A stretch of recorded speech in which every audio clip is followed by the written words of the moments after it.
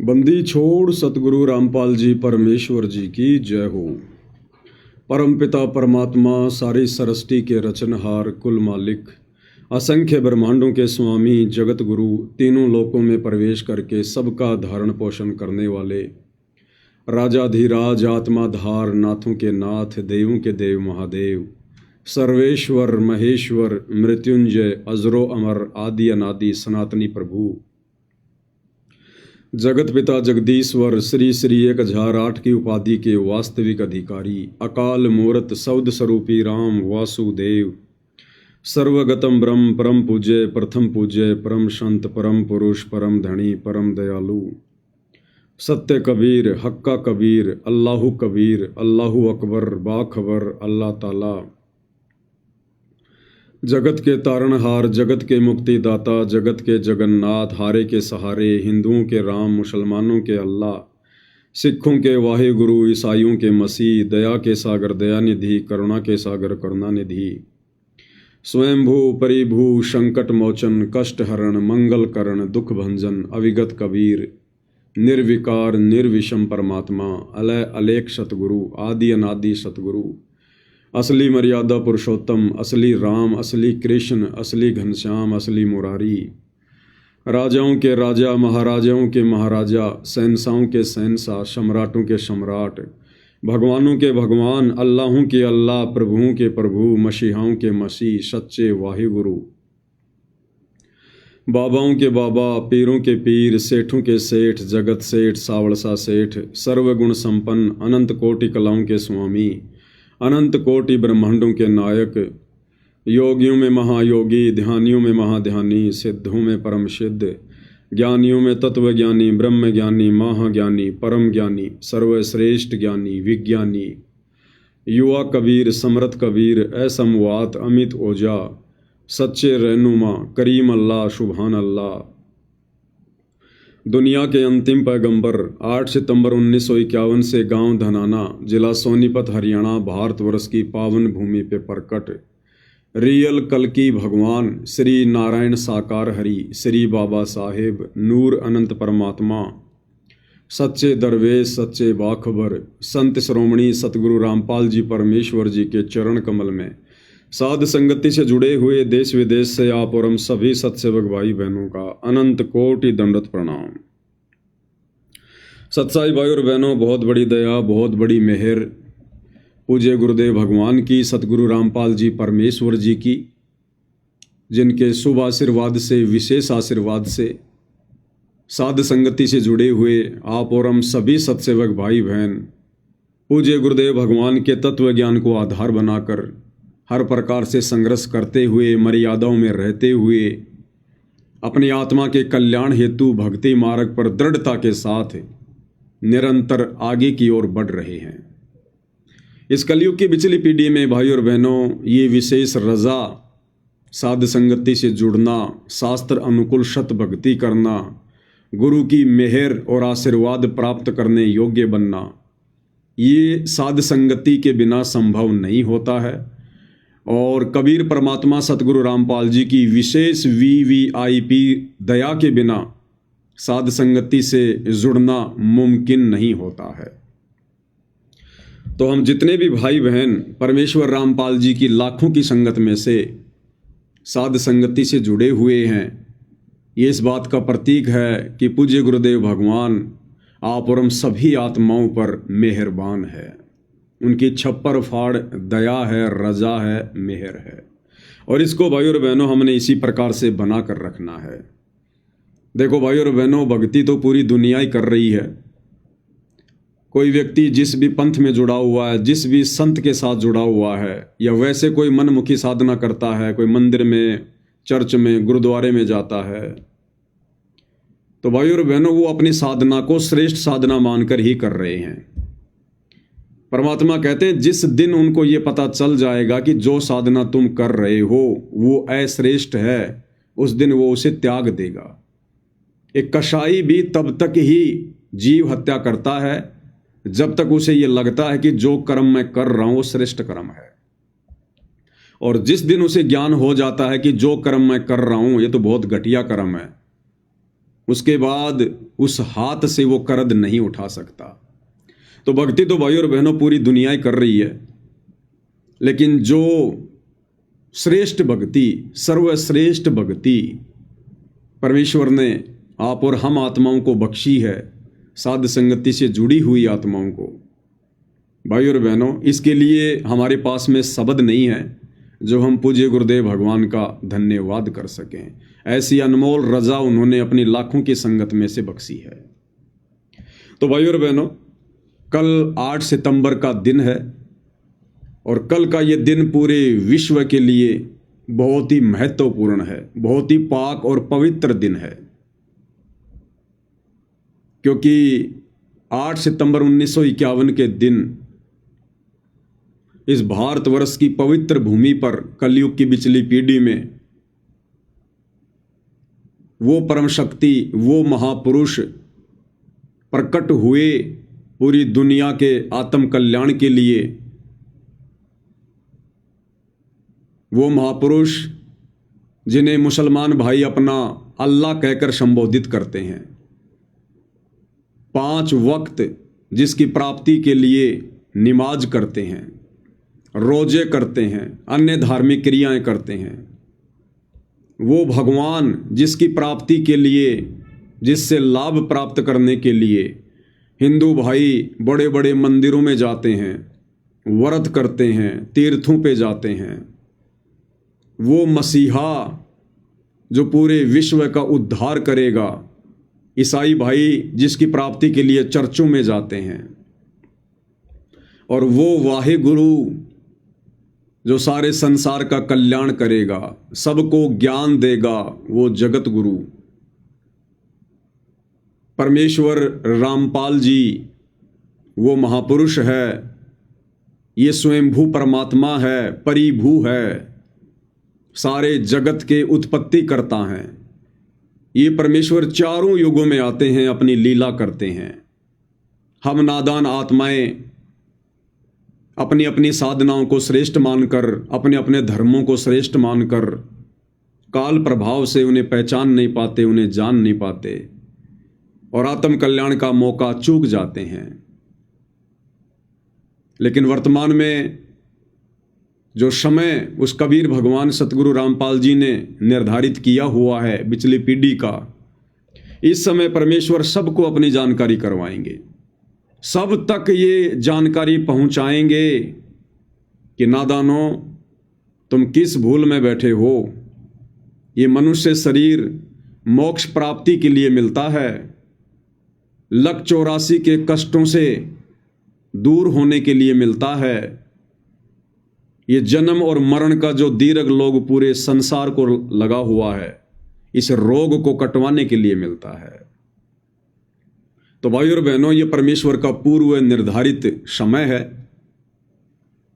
पूरे विश्व को परमात्मा ने भक्ति देनी है, उसके लिए 8 सितंबर 1951 को परमेश्वर रामपाल जी, जिनका वैदिक नाम कबीर देव, उपमात्मक नाम सत्य पुरुष, परम अक्षर ब्रह्म, 8 सितंबर 1951 के दिन भारतवर्ष की पवित्र भूमि पर शतलोक से चलकर गति करके सशरीर शिशु रूप में प्रकट हुए और 8 सितंबर 1951 से अपने आप को छुपाते हुए परमेश्वर लीला कर रहे हैं। वर्तमान में उनकी ये लीला हम चंद आत्माओं को समझ में आ रही है और आने वाले थोड़े समय में, क्योंकि अब ज़्यादा समय नहीं बचा है, 2028 युग परिवर्तन का निर्धारित समय है। तो 2028 के बाद पूरा विश्व इस परमेश्वर को जानेगा, इसको पहचानेगा और ये 8 सितंबर का पवित्र दिन पूरा विश्व मनाएगा। इसके अलावा पूरे संसार में और कोई दिन किसी भी महापुरुष की याद में नहीं मनाया जाएगा, क्योंकि पता चल जाएगा कि परमेश्वर रामपाल जी के अलावा सब जीव हैं, जीव संज्ञा में है सब। भले कोई देवी देवता बनकर बैठे हैं, भले ब्रह्मा विष्णु महेश बनकर बैठे हैं, भले किसी गण की पदवी लेकर बैठे हैं, और यहाँ हम जिनकी जन्माष्टमी मनाते हैं, नवमी मनाते हैं, गुड फ्राइडे मनाते हैं, ईद उल फितर मनाते हैं, जो भी हम वो दिन मनाते हैं, हमें पता चल जाएगा कि वो सब जीव श्रेणी में हैं, जीव संज्ञा में हैं, वो सभी आत्माएं हैं, और अपनी भक्ति के कारण इस पृथ्वी पर आम प्राणियों से कुछ विशेष कार्य करके चले गए थे, जिस कारण से हमने उनको परमात्मा का दर्जा दे दिया, भगवान का दर्जा दे दिया, अवतार का दे दिया, पीर पैगंबर का दर्जा दे दिया, और अपने जैसे जीवों की हम पूजा कर रहे हैं परमात्मा मानकर। तो जब ये ज्ञान परमेश्वर रामपाल जी से प्राप्त करके पूरे विश्व को इस बात का पता चलेगा, उसके बाद भाई और बहनों, जैसे आज वर्तमान में हमारी आंखें खुली हैं, ऐसे ही पूरे विश्व की आंखें खुलेंगी, और पूरा विश्व केवल 8 सितंबर के दिन परमेश्वर रामपाल जी का सतगुरु प्रकट दिवस ही मनाएगा, क्योंकि इनके अलावा सभी जीव हैं, सब जीव हैं, इनके अलावा जितने भी देव महादेव हैं, सब जीव हैं। तो भाई और बहनों, आप और हमारा कितना बड़ा सौभाग्य कि विश्व तो इस गूढ़ रहस्य को आने वाले समय में जानेगा, और हम पिछले कई वर्षों से इस पवित्र दिन को यादगार के रूप में मनाते हुए आ रहे हैं कि 8 सितंबर के दिन इस कबीर भगवान ने इस पृथ्वी पर प्रकट होकर हम नीचों के आत्म कल्याण के लिए जो संघर्ष किया है वो अवर्णनीय है, अकथनीय है, अकल्पनीय है। भाई और बहनों, आज से पहले जितने भी महापुरुष हुए हैं, जितने भी अवतार हुए हैं, उनके रहते सहते किसी ने भी उनकी जन्माष्टमी नहीं मनाई, उनका अवतरण दिवस नहीं मनाया, उनका जो प्रकट दिवस वो माना करते थे कि हमारे भगवान प्रकट हुए हैं, वो प्रकट दिवस नहीं मनाया। क्योंकि काल प्रेरणा से इस गंदे लोक की गंदी रीति है कि जब जब कोई महापुरुष धरती पर आता है तो दुनिया वाले उसे पहचान नहीं पाते हैं, अपने जैसा मानते हैं, और जो फायदा उनसे उठाना चाहिए, उनसे अच्छा व्यवहार करके, उनके ज्ञान को ग्रहण करके, उनके सत्संग सुन के, वो हम नहीं कर पाते हैं।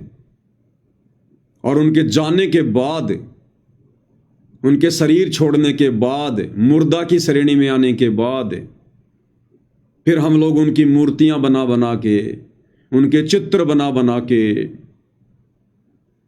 फिर वो दिन मनाएंगे कि इस दिन वो महापुरुष धरती पर आए थे, ये दिन उनका जन्मदिन है, ये उनकी जयंती है, ये उनकी नवमी है। लेकिन उसके बाद भाई और बहनों क्या फ़ायदा, हमें क्या मिलना उसके बाद? अरे वो महापुरुष तो चले गए जो जड़ी बूटी लेकर आए थे आप और हमें देने के लिए, लेकिन हम नादान उनको पहचान नहीं पाए। अब उनके चले जाने के बाद पीछे से गुण गाने से क्या फ़ायदा? लेकिन वर्तमान में परमेश्वर रामपाल जी दुनिया की इस भूल को मिटाएंगे, और परमेश्वर रामपाल जी के जाने के बाद तो दुनिया 8 सितंबर को मनाएगी। उनके रहते सहते भी ये पूरी दुनिया इस पवित्र दिन को 2028 के बाद मनाना शुरू करेगी।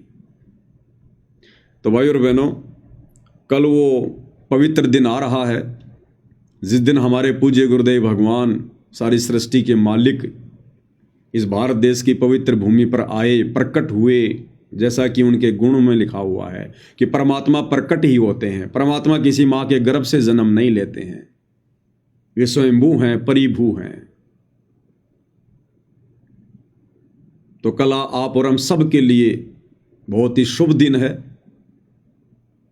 शुभ दिन का मतलब परमेश्वर हमारे आत्म कल्याण के लिए आए।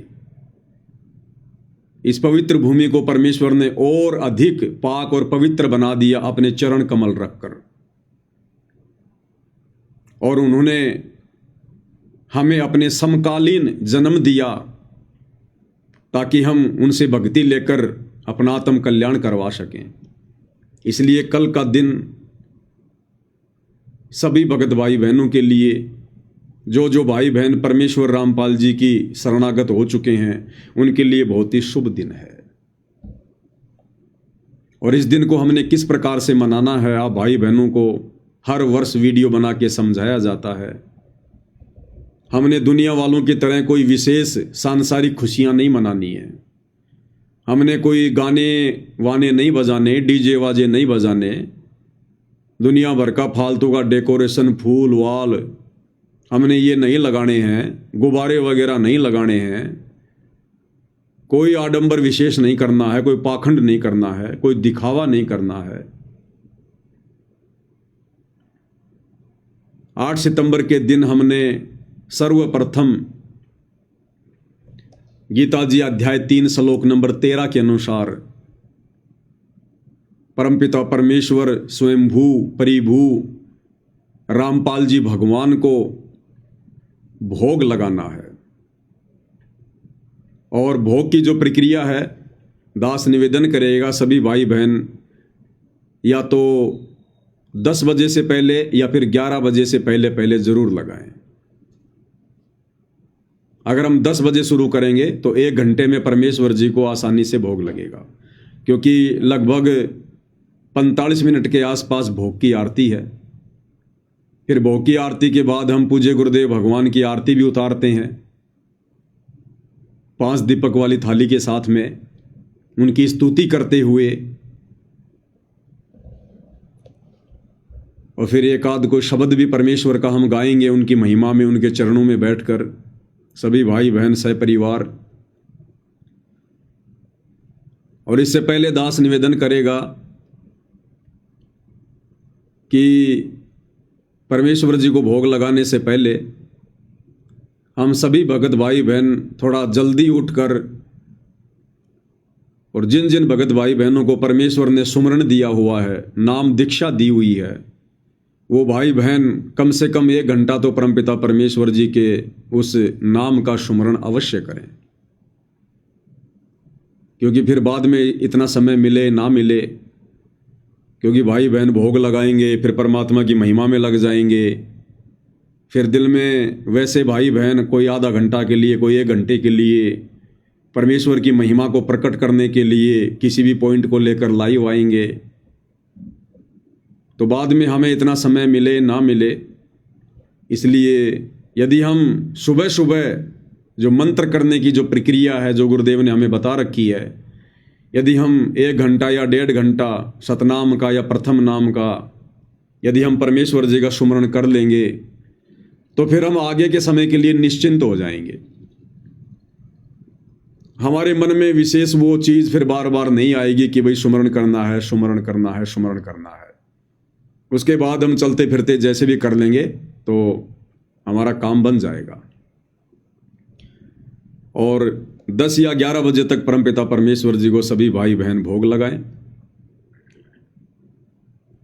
और भोग सभी भाई बहन लाइव आकर लगाएं,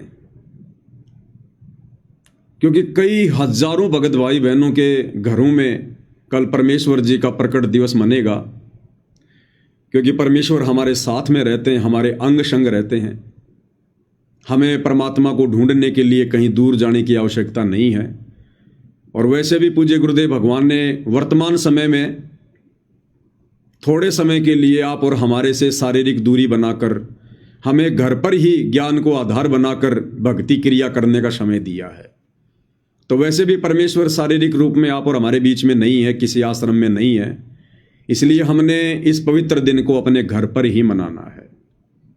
क्योंकि आश्रम वाले भाई बहन तो वैसे भी गुरुदेव को परमात्मा नहीं मानते, उनको प्रकट हुआ नहीं मानते, उनको कबीर भगवान नहीं मानते हैं, उनको जन्म लिया हुआ एक मानुष मानते हैं, अपने जैसा जीव मानते हैं, और कबीर जी का एक अवतार मानते हैं। तो हम भगत भाई बहनों ने, भले ही वो हमारे गुरु भाई बहन हैं, लेकिन यदि उनके और हमारे आध्यात्मिक विचार मेल नहीं खाते हैं तो फिर हमने उनकी संगति नहीं करनी चाहिए। और परमात्मा भी कहते हैं, कबीरा तहाँ जाइए रह संतन की प्रीत, इष्ट मिले और मन मिले, मिले सकल रस रीत। हालांकि हमारा किसी से कोई वैर भाव नहीं है, मन मुटाव नहीं है, लेकिन ये भक्ति मार्ग है भाई और बहनों, और भक्ति मार्ग में देखा देखी नहीं चलती है, भक्ति मार्ग में भेड़ चाल नहीं चलती है, भक्ति मार्ग में गुरुदेव भगवान के ज्ञान को आधार बनाकर चलना होता है। तो हमने भक्तों को देखकर भी नहीं चलना है, उन भक्तों को जो भगत परमेश्वर के वचन के विपरीत चल रहे हों, क्योंकि हमने परमात्मा प्रसन्न करना है, गुरु भगवान प्रसन्न करना है। तो गुरु भगवान के वचन में रहकर, उनकी मर्यादाओं में रहकर, उनको प्रसन्न करने के लिए हमने वही भक्ति क्रियाएं करनी है जिन भक्ति क्रियाओं को करने के गुरुदेव ने सत्संगों में निर्देश दिए हैं, और जिन भक्ति क्रियाओं को करने से परमेश्वर अपने बच्चों से प्रसन्न होते हैं। तो सभी भगत भाई बहन भोग लगाते समय लाइव अवश्य आएंगे, और भोग हमने किस प्रकार से लगाना है परमेश्वर को, जैसे आप सभी भाई बहन अपने अपने घरों में भोग लगाएंगे, तो किसी ने परमेश्वर के लिए कोई टेबल का इंतजाम कर रखा होगा, किसी ने कोई आसन लगा रखा होगा, किसी ने कोई सोफा लगा रखा होगा, या किसी ने कोई बेड लगा रखा होगा। और जैसे भी हमारी आर्थिक स्थिति है, हमारी श्रद्धा है, उस हिसाब से सभी भगत भाई बहनों ने कल 8 सितंबर को परमेश्वर को भोग लगाने के लिए तरह तरह के व्यंजन भी बनाए हैं, अपने घर पर ही तैयार किए हैं। क्योंकि हम बाजार से बनी हुई कोई भी मिठाई ना हम खाते हैं, ना अपने भगवान को भोग लगाते हैं, अपने घर पर बनाते हैं, उसके बाद परमेश्वर को भोग लगाते हैं। तो आपने सारा सब कुछ सामान बनाकर अपने रसोई में रख लिया, बिल्कुल तैयार। उससे पहले आप अपने गुरुदेव भगवान का आसन लगाइएगा, परमात्मा से प्रार्थना कीजिए कि हे परमेश्वर, आप जी का आसन तैयार है, आप जी विराजमान होने की कृपया करें परमात्मा, हम नीचों को आप जी कृतार्थ करें। तो परमेश्वर तो भाई और बहनों कहते हैं, साधु भूखा भाव का, धन का भूखा नाई, जो कोई धन का भूखा वो साधु भी नाई। तो ये तो अनंत कोटि कलाओं के स्वामी हैं, गरीब सब पदवी के मूल हैं, सकल सिद्धि हैं तीर, और दास गरीब सतपुरुष बजो, अविगत कला कबीर। ये वो परम शक्ति है। इस विश्व की लगभग 800 करोड़ जनसंख्या है, और परमेश्वर रामपाल जी वो परम शक्ति है, उन सिद्धियों के स्वामी हैं। ये परमात्मा चाहें तो 8 करोड़ की जनसंख्या के साथ में, एक एक व्यक्ति के साथ में 8 करोड़ रूप बनाकर बैठ सकते हैं, प्रकट हो सकते हैं। ये वो परमात्मा है। जिस प्रकार सूर्य सर्वत्र होता है,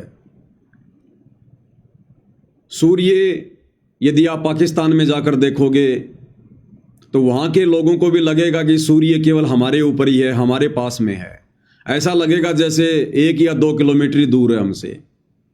हिंदुस्तान में देखोगे तो वही सूर्य हिंदुस्तान वालों को लगेगा कि बिल्कुल हमारे पास में है, और वो एक ही सूर्य पूरे विश्व को प्रकाश दे रहा है, और ऐसा लगता है जैसे वो सूर्य सबके समीप है। इसी प्रकार ये परमात्मा परमेश्वर रामपाल जी ये अपनी सभी आत्माओं के साथ में रहते हैं, और इनकी शक्ति तो सृष्टि के कण कण में है। जिस प्रकार सूर्य एक जगह है, सबको दिखाई दे रहा है, इसके बावजूद उनका जो प्रकाश है वो सर्वत्र है। वो गर्मी पाकिस्तान को भी दे रहा है, गर्मी हिंदुस्तान को भी दे रहा है, गर्मी अमेरिका को भी दे रहा है। तो ये परमेश्वर हैं भाई और बहनों, इनकी गति का कोई वार न पार नहीं है। नामा और रैदास रसीला, कोई न जाने अवगत लीला। वर्तमान में परमेश्वर ने हमें -1 लाख % भी ज्ञान नहीं दिया। -1 लाख % भी। ये वो परमात्मा है, इसकी वो महिमा है। केवल हमें इतना ही ज्ञान दिया है कि बस हम अपना आत्म कल्याण करवा सकें। इनकी गति को कोई नहीं जान सकता, सतलोक जाने के बाद भी कोई नहीं जान सकता, अगम लोक अलख लोक जाने के बाद भी इनके सामर्थ्य से पूर्णतया कोई परिचित नहीं हो सकता। सृष्टि में हो ही नहीं सकता किसी भी तरीके से। अगर कोई इनके सामर्थ्य से परिचित हो गया पूर्णतया, तो वो भी फिर इनके बराबर ही हो जाएगा, और इनके बराबर कोई हो नहीं सकता भाई और बहनों, क्योंकि परमेश्वर पूरी सृष्टि के एक ही हैं। बाकी लीला परमेश्वर जो चाहें सो कर सकते हैं। तो सभी भाई बहन परमेश्वर जी के लिए जो भोग प्रसाद हम बनाएंगे उसको अपना रसोई में ढक के रख दीजिएगा। उधर परमेश्वर जी का आसन लगा दीजिएगा, और जो 5 दीपक वाली थाल है आप उसको तैयार कीजिएगा, उसको प्रज्वलित कीजिए। और आपके परिवार में जितने भी मेंबर हैं, नाम उपदेशी हैं, 1 2 3 4 5 जितने भी, आप सबसे पहले 5 दीपक वाली थाली के साथ में मंगलाचरण के साथ में परमपिता परमेश्वर जी की आरती उतारिए। 2 या 3 मिनट में मंगलाचरण पूरा हो जाएगा। मंगलाचरण के बाद में समर्थ साहिब रत्नो जागर, सत्य पुरुष मेरे सुख के सागर, ये 9 वाणियाँ बोलते हुए भी हमने परमेश्वर जी की आरती उतारनी है। उसके बाद में हमने 2 वाणियाँ बोलते हुए कि कर जोड़ूं विनती करूं धरूं चरण पर शीस, सतगुरु रामपाल जी परमेश्वर जी ने दियो नाम बख्शीश। कोटि कोटि सिजदा करूं कोटि कोटि प्रणाम, चरण कमल में राखियो बांदी जाम गुलाम। इन 2 वाणियों के साथ हमने परमेश्वर को अष्टांग दंडवत करना है। उसके बाद उस पूजा की थाली को आप जी अपनी रसोई में या कहीं भी आप उसको रख दीजिएगा, दरबार से बाहर जहाँ परमेश्वर को भोग लगेगा वहाँ से बाहर थाली को रख दीजिएगा। और फिर रसोई घर से परमेश्वर जी का जो भोग प्रसाद है उसको आया है बंजारा केशव आया है, इस वाणी के साथ में आप जी रसोई से परमेश्वर जी को समर्पित कीजिएगा जहाँ आपने आसन लगा रखा है। और लाइव वीडियो यदि आपके परिवार में 1 से अधिक मेंबर हैं, नाम उपदेशी हैं, तो परिवार का कोई भी एक सदस्य लाइव उसको जो है वो चलाता रहेगा। और इस प्रकार से हमने परमपिता परमेश्वर जी को भोग लगाना है। और भोग लगाने के बाद भाइयों और बहनों, क्योंकि परमात्मा का विधान है कि ज़्यादा भी नहीं तो कम से कम वर्ष में 1 बार पाठ प्रकाश का संकल्प अवश्य करना चाहिए। तो वर्तमान में गुरुदेव भगवान की गैर हाजिरी में हम सभी भगत भाई बहन इस विधान को फॉलो करते हुए और परमेश्वर जी को भोग लगने के बाद सभी भगत भाई बहन परमात्मा जी के चरणों में बैठकर घुटने टेक कर और पाठ प्रकाश का संकल्प करेंगे। परिवार में 2 सदस्य हैं तो वो दोनों अपना अलग अलग संकल्प करेंगे। यानी एक परिवार में यदि 5 उपदेशी हैं तो एक पाठ संकल्प से बात नहीं बनेगी। 5 आत्माओं ने अपना अपना पाठ संकल्प करना है। कैसे करना है? जमीन पर जैसे हम दंडवत करने के लिए घुटने टेकते हैं, घुटने टेक कर परमेश्वर के आगे हाथ जोड़कर गर्दन झुकाकर और ये सोचकर कि सामने कोई फोटो नहीं है, सामने कोई प्रतिमा नहीं है, प्रतिमा तो केवल एक यादगार है, सामने साक्षात सूक्ष्म रूप में हमारे गुरुदेव भगवान बैठे हुए हैं।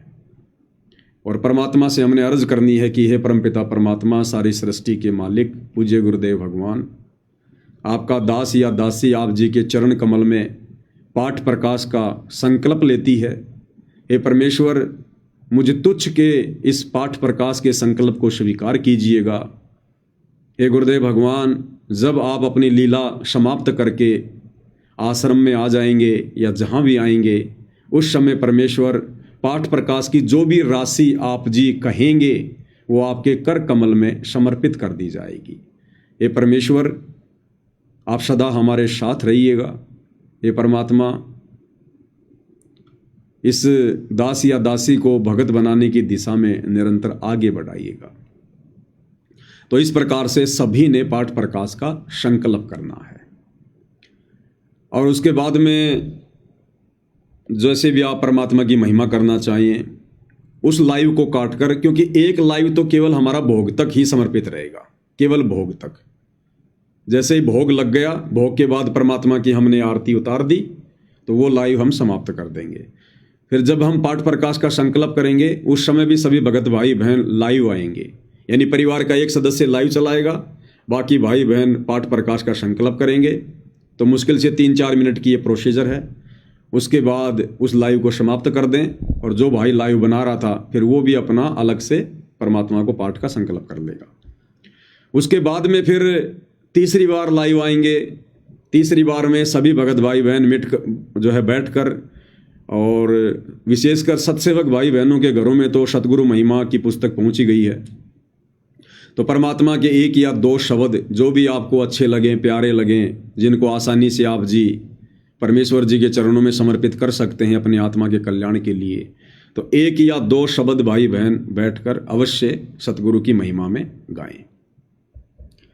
और यदि आपके परिवार के जो अन्य सदस्य हैं, जो अनुपदेशी हैं, जिन्होंने ना नाम दीक्षा ली है ना कोई संकल्प लिया है, यदि वो परमेश्वर जी की भोग आरती में प्रकट दिवस में शामिल होना चाहते हैं, वो भी यदि परमात्मा की आरती उतारना चाहते हैं, तो भाई और बहनों उनसे आप एक प्रार्थना ज़रूर करें कि भाई अगर नहाए नहीं तो कम से कम हाथ मुंह तो ज़रूर धो लो, कपड़े वगैरह ज़रूर चेंज कर लो, और आभूषण नहीं होना चाहिए भाई और बहनों। किसी भी प्रकार का कोई भी गहना, कोई भी आभूषण, ना सोने का, ना चांदी का, ना प्लास्टिक का, ना नकली, कुछ नहीं। अगर वे आरती में शामिल होना चाहते हैं तो ये कंडीशन रहेगी, अन्यथा भाई और बहनों एक बहुत ही गलत संदेश आ जाएगा, बहुत ही गलत संदेश आएगा। तो उनसे गहने वगैरह ज़रूर उतरवा दें कि भाई आप बाद में चाहे अपने पहन लेना, हमें कोई ऑब्जेक्शन नहीं है, लेकिन परमेश्वर की आरती में यदि आपको शामिल होना है तो आपने गहने अपने उतारने पड़ेंगे सारे। जरा सा शरीर पर छोटा सा भी कोई सोने चांदी का नहीं होना चाहिए कहीं भी।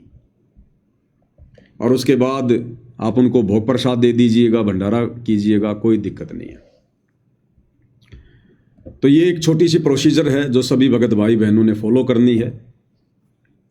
और जिन जिन भगत भाई बहनों के घर पर सतगुरु प्रकट दिवस मनाने की पर्याप्त व्यवस्था नहीं है, परिवार वाले ज़्यादा ही विरोध करते हैं, तो ऐसे भगत भाई बहन अपने आसपास के किसी अन्य भगत भाई बहन के यहाँ पर, जिनके विचार मेल खाते हैं, जिनके संपर्क हैं और जिनके वहाँ जाने से उनको भी कोई दिक्कत ना हो, तो ऐसे सत्सेवक भगत भाई बहनों के घरों पर वो पहले से बातचीत करके जा सकते हैं, वहाँ साथ मिलकर परमेश्वर को भोग लगा सकते हैं, उनकी महिमा कर सकते हैं। और फिर कल का सारा दिन हमने इसी प्रकार से, यानी परमेश्वर की महिमा में ही हमने व्यतीत करना है।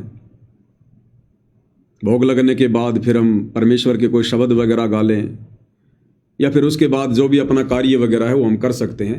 हमारा काम 12-1 बजे तक कंप्लीट हो जाएगा।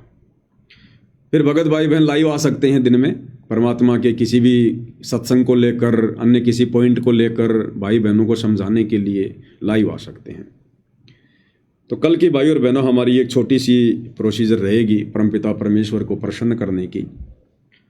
और दूसरी बात, यदि अभी तक आप जी पूर्णतया मर्यादाओं में नहीं आ पा रहे हैं, छोटी मोटी मर्यादाओं में त्रुटि हो रही है, आप तो चाहते हैं रहना लेकिन कोई मजबूरी या कोई दबाव, कोई प्रेशर, तो हृदय से भाई और बहनों हमने परमपिता परमेश्वर जी से प्रार्थना करनी है कशक के साथ में।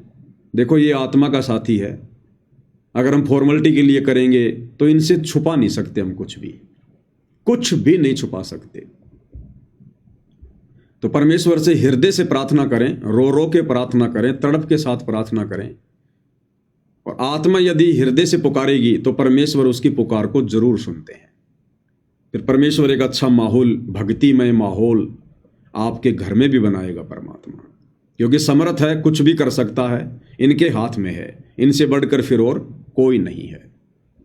और हमने इसी परमपिता परमेश्वर, कबीर देव, सतगुरु रामपाल जी का चिंतन, मनन, ध्यान, सब कुछ इन्हीं का, क्योंकि इनके अलावा भाई और बहनों फिर कुछ है ही नहीं। और हमें ये मनुष्य जन्म भी इन्हीं की प्राप्ति के लिए मिला है। इन्हीं की प्राप्ति का मतलब, इन्होंने हमें जो सत भक्ति दी है, जो मर्यादा दी है, उसको भली भांति निभाकर और आजीवन इनकी भक्ति करके, इनको प्रसन्न करके हमने इनके निज लोक सतलोक को प्राप्त करना है। तो जब हम सतलोक चले जाएंगे तब ये कहा जाएगा कि हमने परमात्मा प्राप्त कर लिया। अन्यथा परमात्मा तो हमें पता ही है कि पूज्य गुरुदेव भगवान, इनके अलावा कोई और है ही नहीं, तो वो तो हमें प्राप्त हो ही चुके हैं। तो भगवान प्राप्त हो गए तो क्या भक्ति छोड़ दें कि लो जी भगवान तो प्राप्त हो गए? तो ऐसे भगवान की प्राप्ति नहीं मानी जाती। जब हम इनकी भक्ति सफल करके सतलोक चले जाएंगे, उसको कहते हैं परमात्मा प्राप्ति, भगवान की प्राप्ति, मोक्ष की प्राप्ति। और संध्या आरती में हम सभी भगत भाई बहन पढ़ते हैं भाई और बहनों, क्योंकि संध्या आरती जब हम करते हैं तो अपने गुरुदेव भगवान को सामने विराजमान करके करते हैं। हमारा ध्यान हमारे गुरुदेव भगवान में रहता है, उनके चरणों में रहता है, उनकी स्तुति में, उनकी महिमा में रहता है। और संध्या आरती में हम क्या कहते हैं? तुमरा ही ज्ञाना तुमरा ही ध्याना, तुमरा ही ज्ञाना तुमरा ही ध्याना, तुमरे तारण की परतीत सतगुरु तारेंगे, तारेंगे तारेंगे तहतीक सतगुरु तारेंगे। हम अपने गुरुदेव भगवान को क्या कह रहे हैं कि तुमरा ही ज्ञाना, ये परमेश्वर तुम्हारा ही ज्ञान जो हमारी आत्मा का कल्याण करेगा, यानी आपके द्वारा दी गई भक्ति करेंगे, इसके अलावा कुछ नहीं करेंगे। ज्ञान यानी भक्ति। और तुमरा ही ध्याना, और परमेश्वर हम केवल आपका ही ध्यान रखेंगे, केवल आपका ही चिंतन मनन करेंगे। हमारे ध्यान में, हमारे चिंतन मनन में, हमारी सोच में, हमारे विचारों में, हमारे शौपन में, हमारी बातों में, हमारी चर्चाओं में, ये परमेश्वर आप ही रहोगे। आपके अलावा दूसरा ना कोई परमात्मा है और ना हमें कोई स्वीकार्य है। तो तुमरा ही ज्ञाना और तुमरा ही ध्याना, और तुमरे तारण की प्रतीत सतगुरु तारेंगे। और ये परमेश्वर हमें आप ही से उम्मीद है, प्रतीत यानी उम्मीद, हमें केवल आप ही से उम्मीद है कि आप ही हमारी आत्मा का कल्याण करेंगे, हमें तारेंगे, हमें सतलोक भेजेंगे, सतगुरु तारेंगे। अब बताओ भाई और बहनों, फिर बच कौन गया? जब हमने भक्ति सतगुरु की करनी, ध्यान सतगुरु का करना, और पार होने की उम्मीद हमने सतगुरु से लगानी है, तो इनके अलावा फिर और है कौन परमात्मा? और वैसे भी परमात्मा कहते हैं भाई, भक्ति मुक्ति के दाता सतगुरु, भटकत प्राणी फिरंदा, उस साहिब के हुक्म बिना नहीं तरवर पात हिलंदा। भक्ति और मुक्ति के दाता सतगुरु ही हैं। तो हमारे सतगुरु कौन? परमेश्वर रामपाल जी। और परमेश्वर ने तो अपना अनमोल शब्द हम भगत भाई बहनों की आंखें खोलने के लिए बनाया हुआ है, जिसमें परमेश्वर ने कुछ भी बाकी नहीं छोड़ा है, सब कुछ क्लियर कर रखा है समझदार आत्मा के लिए। और क्या कहते हैं परमात्मा?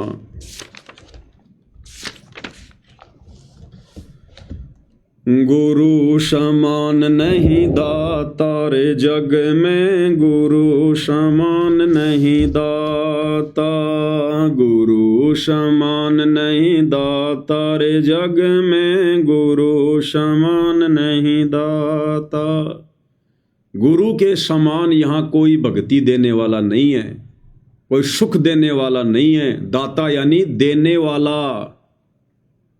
जैसे हम कहते हैं हरि, तो हरि नाम सुनते ही इस तत्व ज्ञान के अभाव में पहले हमारी जो सोच थी वो श्री विष्णु जी के ऊपर जाकर टिक जाती थी कि हरि मतलब श्री विष्णु जी। लेकिन अब पता चला कि हरि वास्तव में कौन है? कबीर परमात्मा सतगुरु रामपाल जी, वो उस विष्णु के भी हरि हैं। हरि यानी हरने वाला, कष्टों को हरने वाला हरि, संकटों को हरने वाला हरि, हमारे दुखों को हरने वाला हरि, रोगों को हरने वाला हरि। तो संकट मोचन कष्ट हरण मंगल करण कबीर, आगे शरण तेरी। तो असल में हरि हमारे पूज्य गुरुदेव भगवान है। ये जितने भी उपमात्मक नाम हैं, इस निरंजन ने, इस काल ने जानबूझकर अपने अवतारों के, अपने पुत्रों के, उनकी महिमा के नाम, उनकी उपमात्मक पदियों के नाम रख दिए। जैसे विष्णु जी का सहस्त्रनामा यानी 1000 नाम श्री विष्णु जी के, वो सारे नाम इस काल ने कॉपी कर रखे हैं, इसने चुरा रखे हैं। और हम जीवों को भ्रमित करने के लिए जब वो रियल हरि धरती पर आएगा तो उसको कोई हरि ना मान ले, उसको कोई महादेव ना मान ले। महादेव यानी समस्त देवों का देव, सारी सृष्टि के देवों का देव महादेव, सबसे बड़ा देव। देव यानी भगवान। तो ये कबीर भगवान सतगुरु रामपाल जी हैं। इस काल ने अपने पुत्र शिव जी का नाम रख दिया महादेव। इसने अपने पोते का नाम रख दिया गणेश। शंकर जी का बेटा, काल का पोता गणेश। अब गुरुदेव ने क्या बताया कि भाई असल में जो गणेश है ये कबीर परमात्मा सतगुरु रामपाल जी हैं। अब गणेश काल ने नाम रख दिया अपने पोते का, तो परमेश्वर ने फिर अपने आप को कहना पड़ा आदि गणेश। आदि गणेश मनाऊं गणनायक देवन देवा। तो आदि गणेश नाम इसलिए रखा कि सबसे पहले वाला गणेश, तुम्हारे इस गणेश से भी पहले वाला गणेश। तो ये जितने भी नाम हैं भाई और बहनों, इन देवी देवताओं के, इनकी महिमा के, इन अवतारों के, ये सारे नाम इस निरंजन ने, काल ने कॉपी कर लिए। इसलिए ताकि जब वो कबीर भगवान धरती पर आएगा और जब वेदों से अपनी महिमा बताएगा, सुनाएगा, तो लोगों को जल्दी से विश्वास ना हो कि नहीं नहीं जी महादेव तो शंकर जी हैं, अजी नहीं नहीं गणेश तो गणेश जी हैं। इसने हमें भ्रमित करने के लिए। तो यहां पर जो दाता है ये हमारे पूज्य गुरुदेव भगवान के लिए है, कबीर भगवान के लिए, हरि हमारे भगवान के लिए है। वस्तु अगोचर दई सतगुरु ने भली बताई बाता। वस्तु अगोचर दई सतगुरु ने भली बताई बाता। काम क्रोध कैद कर डारे लोभ के घाली ना था। गुरु समान नहीं दाता रे जग में, गुरु समान नहीं दाता। गुरु समान नहीं दाता रे जग में, गुरु समान नहीं दाता। काल करे सो हाल ही कर ले, फेर मिले ना साथा। काल करे सो हाल ही कर ले, फेर मिले ना साथा। 84 में जाए पड़ोगे, भुगतोगे दिन राता।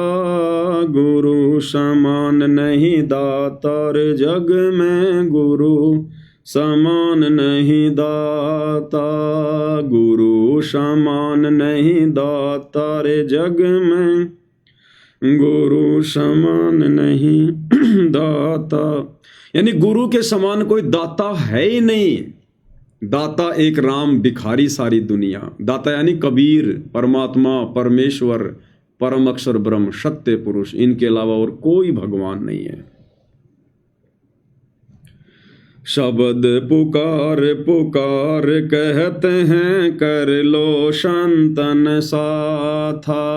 शब्द पुकार पुकार कहते हैं, कर लो संतन साथा। सेवा बंदगी करो सतगुरु की, काल नवावे माथा। गुरु समान नहीं दाता रे जग में, गुरु समान नहीं। गुरु समान नहीं दाता रे जग में, गुरु समान नहीं। कहें कबीर सुनो भाई धर्मन, सकल कर्म कोटि जाता।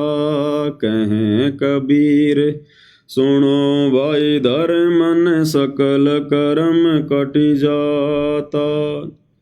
पर्दा खोल मिलो सतगुरु से, पहुँचो लोक सुना था। गुरु समान नहीं दाता रे जग में, गुरु समान नहीं दाता। गुरु समान नहीं दाता रे जग में, गुरु समान नहीं। तो गुरु के अलावा भाई और बहनों कोई दाता नहीं है, कोई भगवान नहीं है।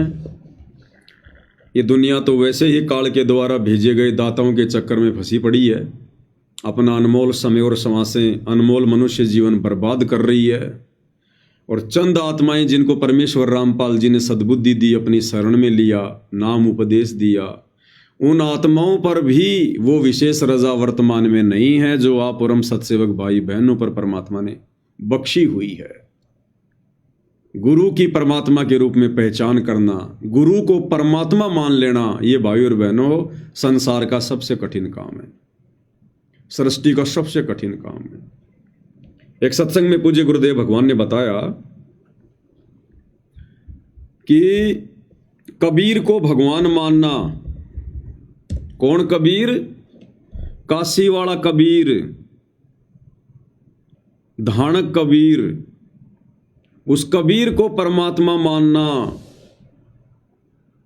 गुरुदेव भगवान बोले इतना कलेजा चाहिए, इतना कलेजा। और भाइयों और बहनों, सतगुरु रामपाल जी को कबीर मानना हृदय से, आत्मा से, इतना कलेजा चाहिए भाइयों और बहनों, इतना। ये आम जीवों के बस की बात नहीं है, आम आत्माओं के बस की बात नहीं है। भले सार नाम ले लिया, सार शब्द ले लिया, सतनाम ले लिया, भले 25 साल से भक्ति कर रहा है, ये उन आत्माओं के भी बस की बात नहीं है कि अपने गुरु को कबीर भगवान के रूप में स्वीकार कर लेना। उसके लिए तो हाथी के जितना कलेजा चाहिए, हाथी के जितना। कबीर को तो सबने भगवान मान लिया, जितने भी सतगुरु रामपाल जी की शरण में आ गए सबने भगवान मान लिया, कबीर भगवान, कबीर भगवान।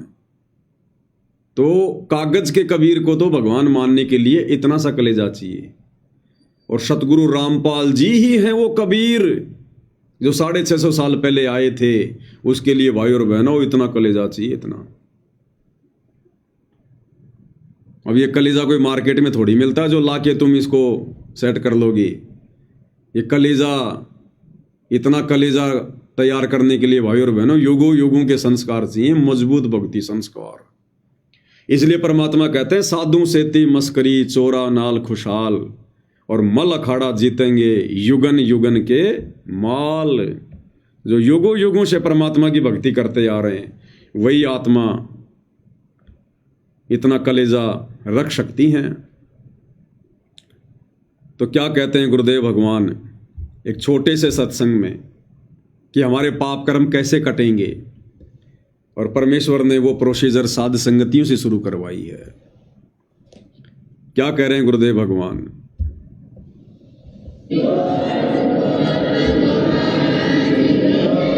ये क्या बता रहे हैं? यज्ञ से बचे हुए अन्न को खाने वाले श्रेष्ठ पुरुष संत, संत यानी अच्छी आत्मा, तो सब पापों से मुक्त हो जाते हैं। हम सबसे पहले परमात्मा का भोग निकालते हैं, भोजन का भी, हलवे का प्रसाद बनकर आता वो भी, उसको भगवान के भोग लगाकर फिर शेष अन्न को वितरित किया जाता है। तो जिसके सिर पर, तो क्या करें गुरुदेव भगवान कि यज्ञ से बचे हुए अन्न को खाने से हमारे पाप कर्म कटते हैं, पाप कर्म। और गुरुदेव कह रहे हैं सबसे पहले हम भगवान को भोग लगाते हैं, उसके बाद फिर प्रसाद वितरित किया जाता है, हलवा प्रसाद भंडारा। अब भाई और बहनों, सतगुरु हमारे आध्यात्मिक टीचर हैं। यानी सतगुरु क्यों आते हैं? ज्ञान देने के लिए, हमें समझाने के लिए। तो सतगुरुदेव हमारे आध्यात्मिक टीचर हैं। और जो आश्रम होते हैं, आश्रम भाई और बहनों एक ट्रेनिंग सेंटर होते हैं, ट्रेनिंग सेंटर। और सतगुरु उस आश्रम में बैठकर हमें भक्ति क्रिया समझाते हैं, हमें ट्रेनिंग देते हैं कि तुमने क्या करना है, क्या नहीं करना है तुमने। तो सतगुरु ने हमें ट्रेनिंग दी कि भगवान को भोग कैसे लगाया जाता है। अब सतगुरु ने स्वयं तो कहा नहीं कि मैं भगवान हूं, और ना वो कहेंगे कि मैं भगवान हूं। अगर सीधा सीधा कहना था तो फिर ये तत्व ज्ञान देने की आवश्यकता ही नहीं पड़ती। तो 90% आत्माओं ने जो आश्रमों में बैठकर ट्रेनिंग ले रहे थे, उन्होंने सतगुरु की उस प्रक्रिया को कॉपी कर लिया, बुद्धि विवेक का इस्तेमाल नहीं किया जो करना चाहिए था। तो सतगुरु ने अपने आप को छुपाकर और गूगल से उठाई गई एक फोटो, जिसको दुनिया कहती है संत कबीर दास, वो दाढ़ी मूंछ वाली फोटो, उस फोटो को उठाकर गुरुदेव ने सामने रख दिया और कहा कि बच्चों ये कबीर भगवान है। और गीता जी अध्याय 3 श्लोक 13 के अनुसार हमने कबीर भगवान को भोग लगाकर ही अन्न जल ग्रहण करना चाहिए। भगवान को भोग लगने से फिर यह प्रसाद बन जाता है, इससे हमारे पाप कर्म नाश होते हैं। और जब जब समागम होता था और गुरुदेव भगवान हमें ट्रेनिंग दिया करते थे, तो 90% आत्माओं ने बुद्धि विवेक का इस्तेमाल ना करके और सतगुरु की बातों को ज्यों का त्यों कॉपी कर लिया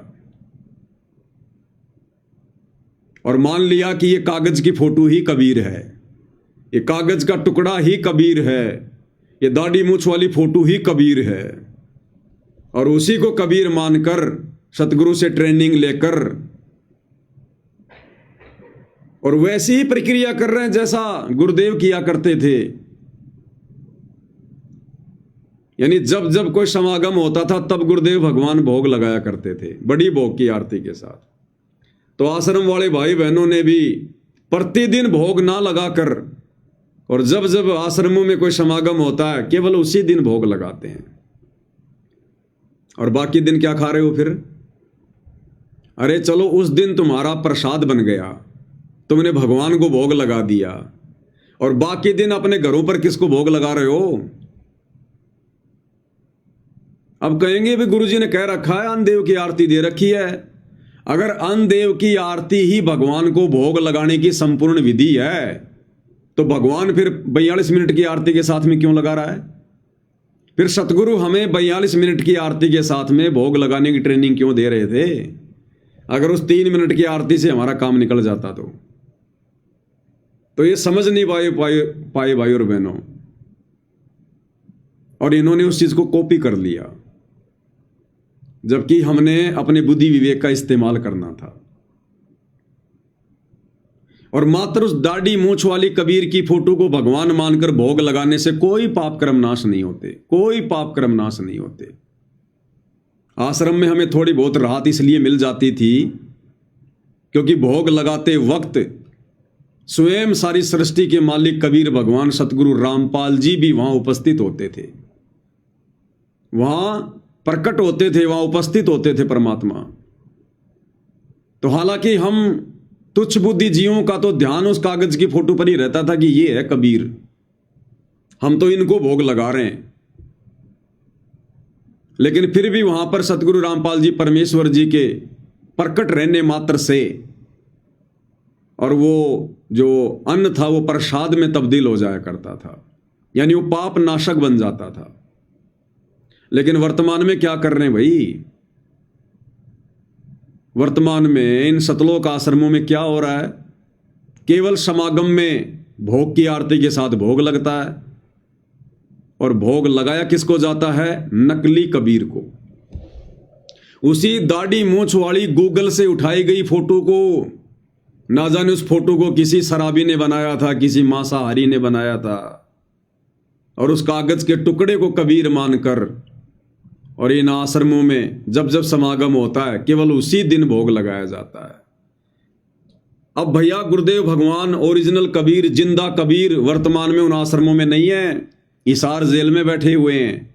अब चाहे तुम लाख भोग लगा लो उस विधि से जो ट्रेनिंग सतगुरु रामपाल जी देकर गए हैं, उस विधि से अब तुम चाहे लाख भोग लगा लो उस कागज के कबीर को, 45 क्या चाहे 45 घंटे की आरती के साथ लगा लो, तुम्हारे अनाज का एक दाना भी पाप नाशक नहीं हो सकता, दाना भी।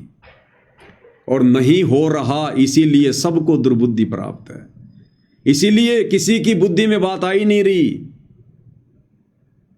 इसीलिए तो ये स्टेडियम वगैरह बनवा दिए, संगत विचार ही नहीं कर पाई क्योंकि पाप नाश नहीं हो रहे, बुद्धि ऑन नहीं हो रही। संगत को गुंडों की सीबीआई जांच में बैठा दिया जाता है क्योंकि संगत के पाप नाश नहीं हुए। और भी जितने कुक्रम हैं, ज्ञान विरुद्ध भक्ति कर्म है, आप लोगों को बताते ही रहते हैं। अन्यथा भाई और बहनों, परमात्मा को भोग लगाने के बाद जो हम प्रसाद ग्रहण करते हैं उससे तो हमारे पाप नाश होते हैं, हमारी उससे जो है बुद्धि खुलती है, हमें सद्बुद्धि आती है। फिर इन आश्रम वालों को क्यों नहीं आ रही?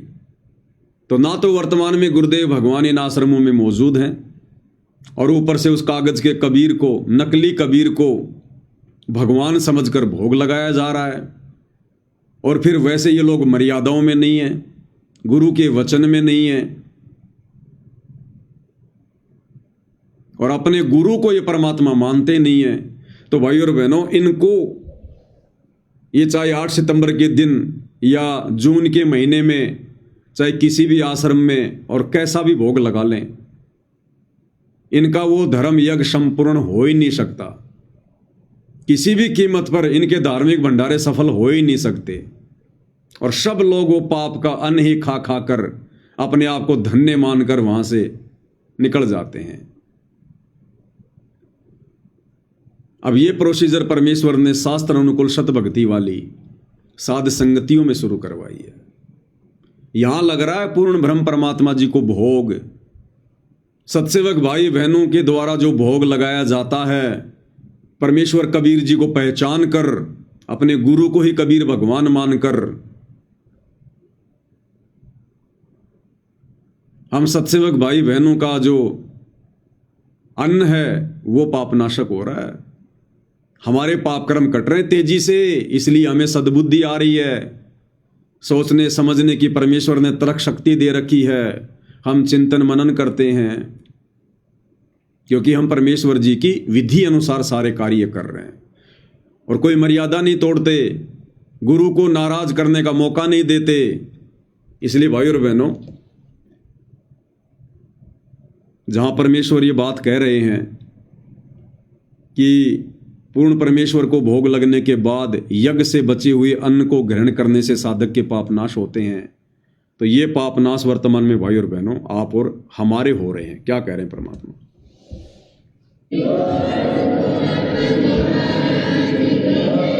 ये क्या बता रहे हैं? यज्ञ से बचे हुए अन्न को खाने वाले श्रेष्ठ पुरुष संत यानी अच्छी आत्मा तो सब पापों से मुक्त हो जाते हैं। हम सबसे पहले परमात्मा का भोग निकालते हैं, भोजन का भी, हलवे का प्रसाद बनकर आता है वो भी, उसको भगवान के भोग लगाकर फिर शेष अन्न को वितरित किया जाता है। तो जिसके और भाई और बहनों, इस विषय में पूज्य गुरुदेव भगवान जिस समय सतलोक आश्रम बरवाड़ा में थे, परमेश्वर सत्संग किया करते थे, तो परमेश्वर बहुत समझाया करते थे, लेकिन भाई संत हमेशा संकेतों की भाषा में समझाते हैं, और संकेतों की भाषा समझना सभी शिष्यों की बस की बात नहीं होती है। उस समय तक हम भी नहीं समझ पा रहे थे। 2014 बरवाला कांड के बाद में भगवान ने हमारी बुद्धि ओन की और हमें सामने खड़े भगवान दिखाई देने लगे, परमात्मा दिखाई देने लगे। और क्या कहा करते थे परमात्मा सत्संगों में? गुरुदेव कहते थे कि बच्चों वो परमात्मा अब मिला है आपको सतलोक आश्रम बरवाला में, वो परमात्मा अब मिला है आपको सतलोक आश्रम बरवाला में। कौन? कबीर परमात्मा। भाई कबीर परमात्मा तो नकली कबीर पंथियों के आश्रम में भी है।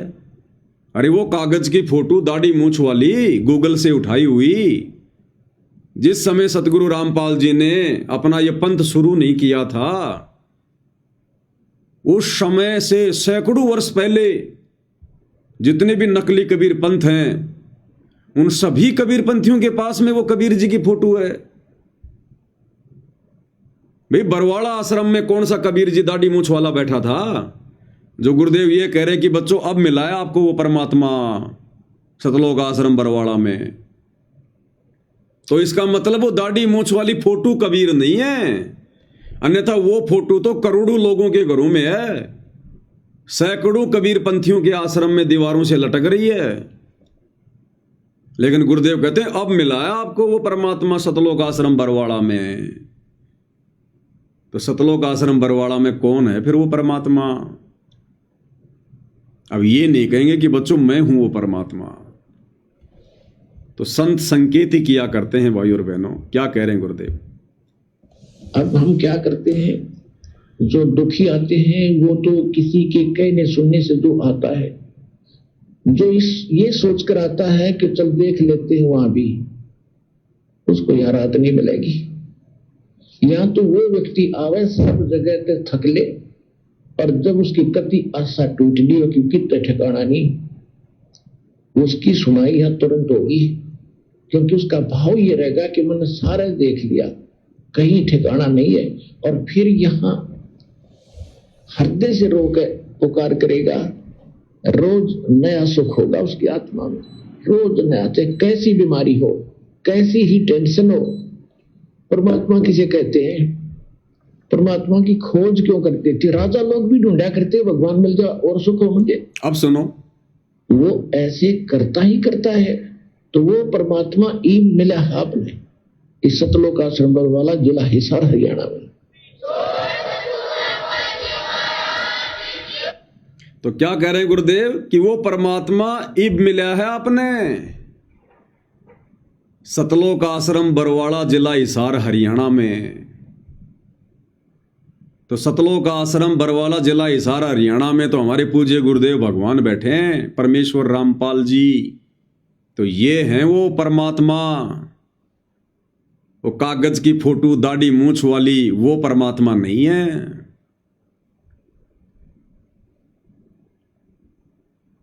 और गुरुदेव ने एक सत्संग में इसी बात को क्लियर किया है कि बच्चों हकीकत में जीना सीखो, यथार्थ में जीना सीखो, आंख खोल कर समझना सीखो। और परमेश्वर ने आम का उदाहरण देकर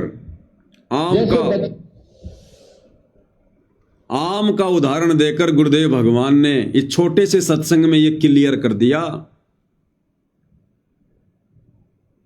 कि परमात्मा कौन है। क्या कह रहे हैं गुरुदेव भगवान, ध्यान से सुनिएगा। जैसे बच्चा स्कूल में पढ़ता है, उसको दिखाते आ का आम, आ का आम, अक्षर की जानकारी और साथ में आम का चित्र।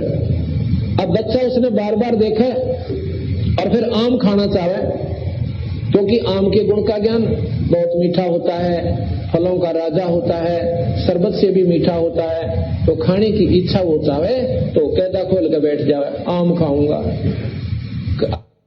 क्या कह रहे हैं परमात्मा? जैसे बच्चे को स्कूल में जानकारी दी जाती है, छोटे बच्चे को, कि आ से आम, आ से आम, आ अक्षर की जानकारी और आम की जानकारी, और साथ में फिर उस बच्चे को आम के गुणों से परिचित करवाया जाता है कि आम कितना मीठा होता है, आम फलों का राजा होता है। उस बच्चे को वो गुण बताए जाते हैं। अब वो नादान बच्चा क्या करता है, उस पुस्तक को खोल के, उस कायदे को खोल के जिसमें आम का चित्र है सुंदर, उसको खोल के बैठ जाए और कहे कि आम खाऊंगा। और मेरे जैसे तो कई छोटे छोटे बच्चे जब पढ़ा करते थे तो उस कायदे को खोल के आम की फोटो के बटका भी भर लिया करते थे यूं कि आम खाऊंगा, आम खाऊंगा।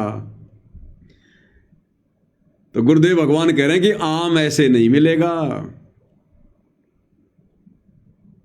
फोटो वाले आम को खाने से पेट नहीं भरेगा, फोटो वाले भगवान को पूजने से पेट नहीं भरेगा, मुक्ति नहीं होगी, मोक्ष नहीं होगा। एक बार फिर से पूरा शुरू से सुनिए, फिर आगे समझाएंगे गुरुदेव। जैसे बच्चा स्कूल में पढ़ता है, उसको दिखाते आ का आम, आ का आम, अक्षर की जानकारी और साथ में आम का चित्र। जैसे हमें पूज्य गुरुदेव भगवान ने सतलोक आश्रम बरवाड़ा रूपी स्कूल में शास्त्रों को खोल खोल के, वेदों को खोल खोल के हमें बताया कि कबीर भगवान है, कबीर भगवान है, और एक दाढ़ी मूंछ वाली फोटो सामने रख दी कि ये है कबीर भगवान, ऐसा है कबीर भगवान। और यदि अब हम उस नादान बच्चे की तरह उसी कबीर की फोटो को ही भगवान मानकर पूजने लग जाएं, तो बताओ भाई और बहनों, फिर उस बच्चे में और हम भक्तों में फिर क्या अंतर हो गया? अरे गुरु ने तो वो फोटो दिखाकर, वेदों में कबीर का नाम दिखाकर हमें कबीर परमात्मा की जानकारी दी है। वो वेदों में लिखा हुआ वो कबीर है, वो अक्षर कबीर नहीं है। उस फोटो के अंदर जो दाढ़ी मूंछ वाली तस्वीर है वो कबीर नहीं है। उस कायदे में जो आम का चित्र है वो असल में आम नहीं है, वो तो आम का प्रतिबिंब है, उसकी एक परछाई है। हमें समझाने के लिए आम के गुणों से परिचित करवाने के लिए। और नादान बच्चा उस पुस्तक को खोल के उसके बटके भरने लग जाए कि आम खाऊंगा आम खाऊंगा, तो भैया बोलते रहो पूरी जिंदगी, उस फोटो में से वो आम निकल के बाहर नहीं आने वाला। क्या कह रहे हैं परमात्मा? जैसे बच्चा स्कूल में पढ़ता है उसको दिखाते हैं आका आम, आका आम, अक्षर की जानकारी और साथ में आम का चित्र। अब बच्चा उसने बार बार देखा और फिर आम खाना चाहे, क्योंकि आम के गुण का ज्ञान बहुत मीठा होता है, फलों का राजा होता है, शरबत से भी मीठा होता है, तो खाने की इच्छा वो चाहे तो कैदा खोल कर बैठ जाए, आम खाऊंगा। और कोई जानकार जिसने है वो कहा बेटा इसमें आम को ना।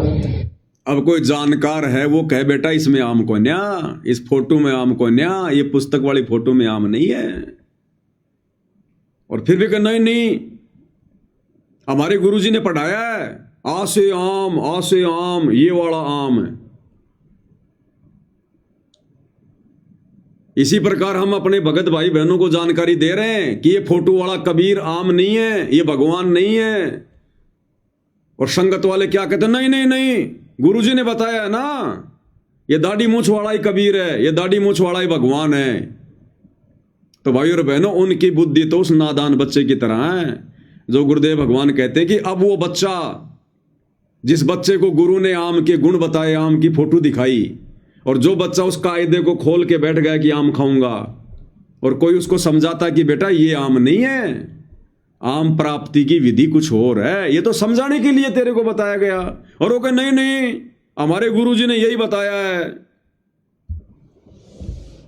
अच्छा वो चाहे तो कैदा खोल कर बैठ जाता है, शरबत से भी मीठा होता है, तो खाने की इच्छा वो चाहे तो कैदा खोल कर बैठ जाए, आम खाऊंगा। और कोई जानकार जिसने है वो कहा बेटा इसमें आम को ना, ये आम नहीं है इसमें, अग्नि ये आम है। मेरे गुरुजी बताया करते हो आका आम, ये तो मूर्ति दिखाई तेरे को, भले पुरुष, ये किसने बहका दिया? हमारे गुरुजी बताया करते आका आम ना, यो ही है। हमारे गुरुजी बताया करते आका आम, तो वो कह रहा कि नादान ये तो मूर्ति है तेरे को समझाने के लिए।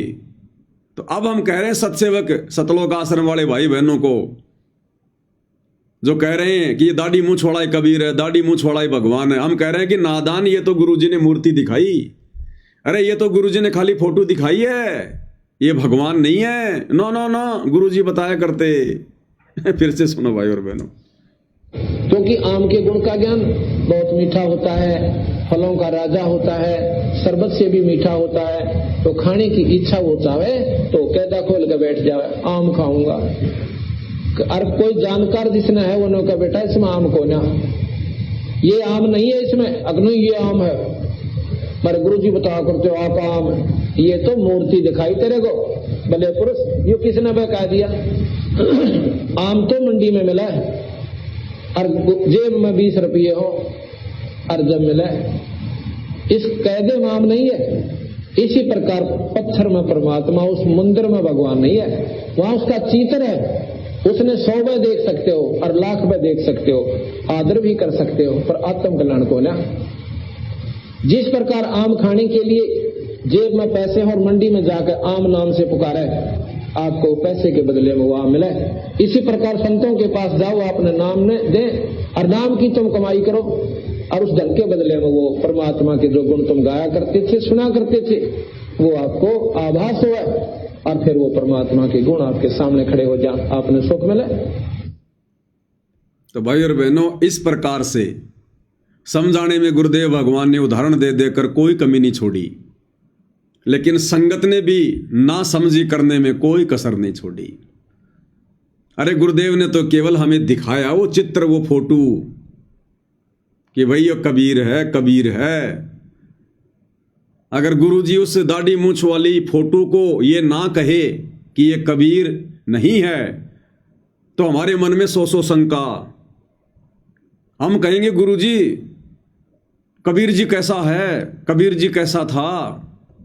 अब गुरुजी कितनों को बताए कि कबीर कैसा था, कबीर कैसा है।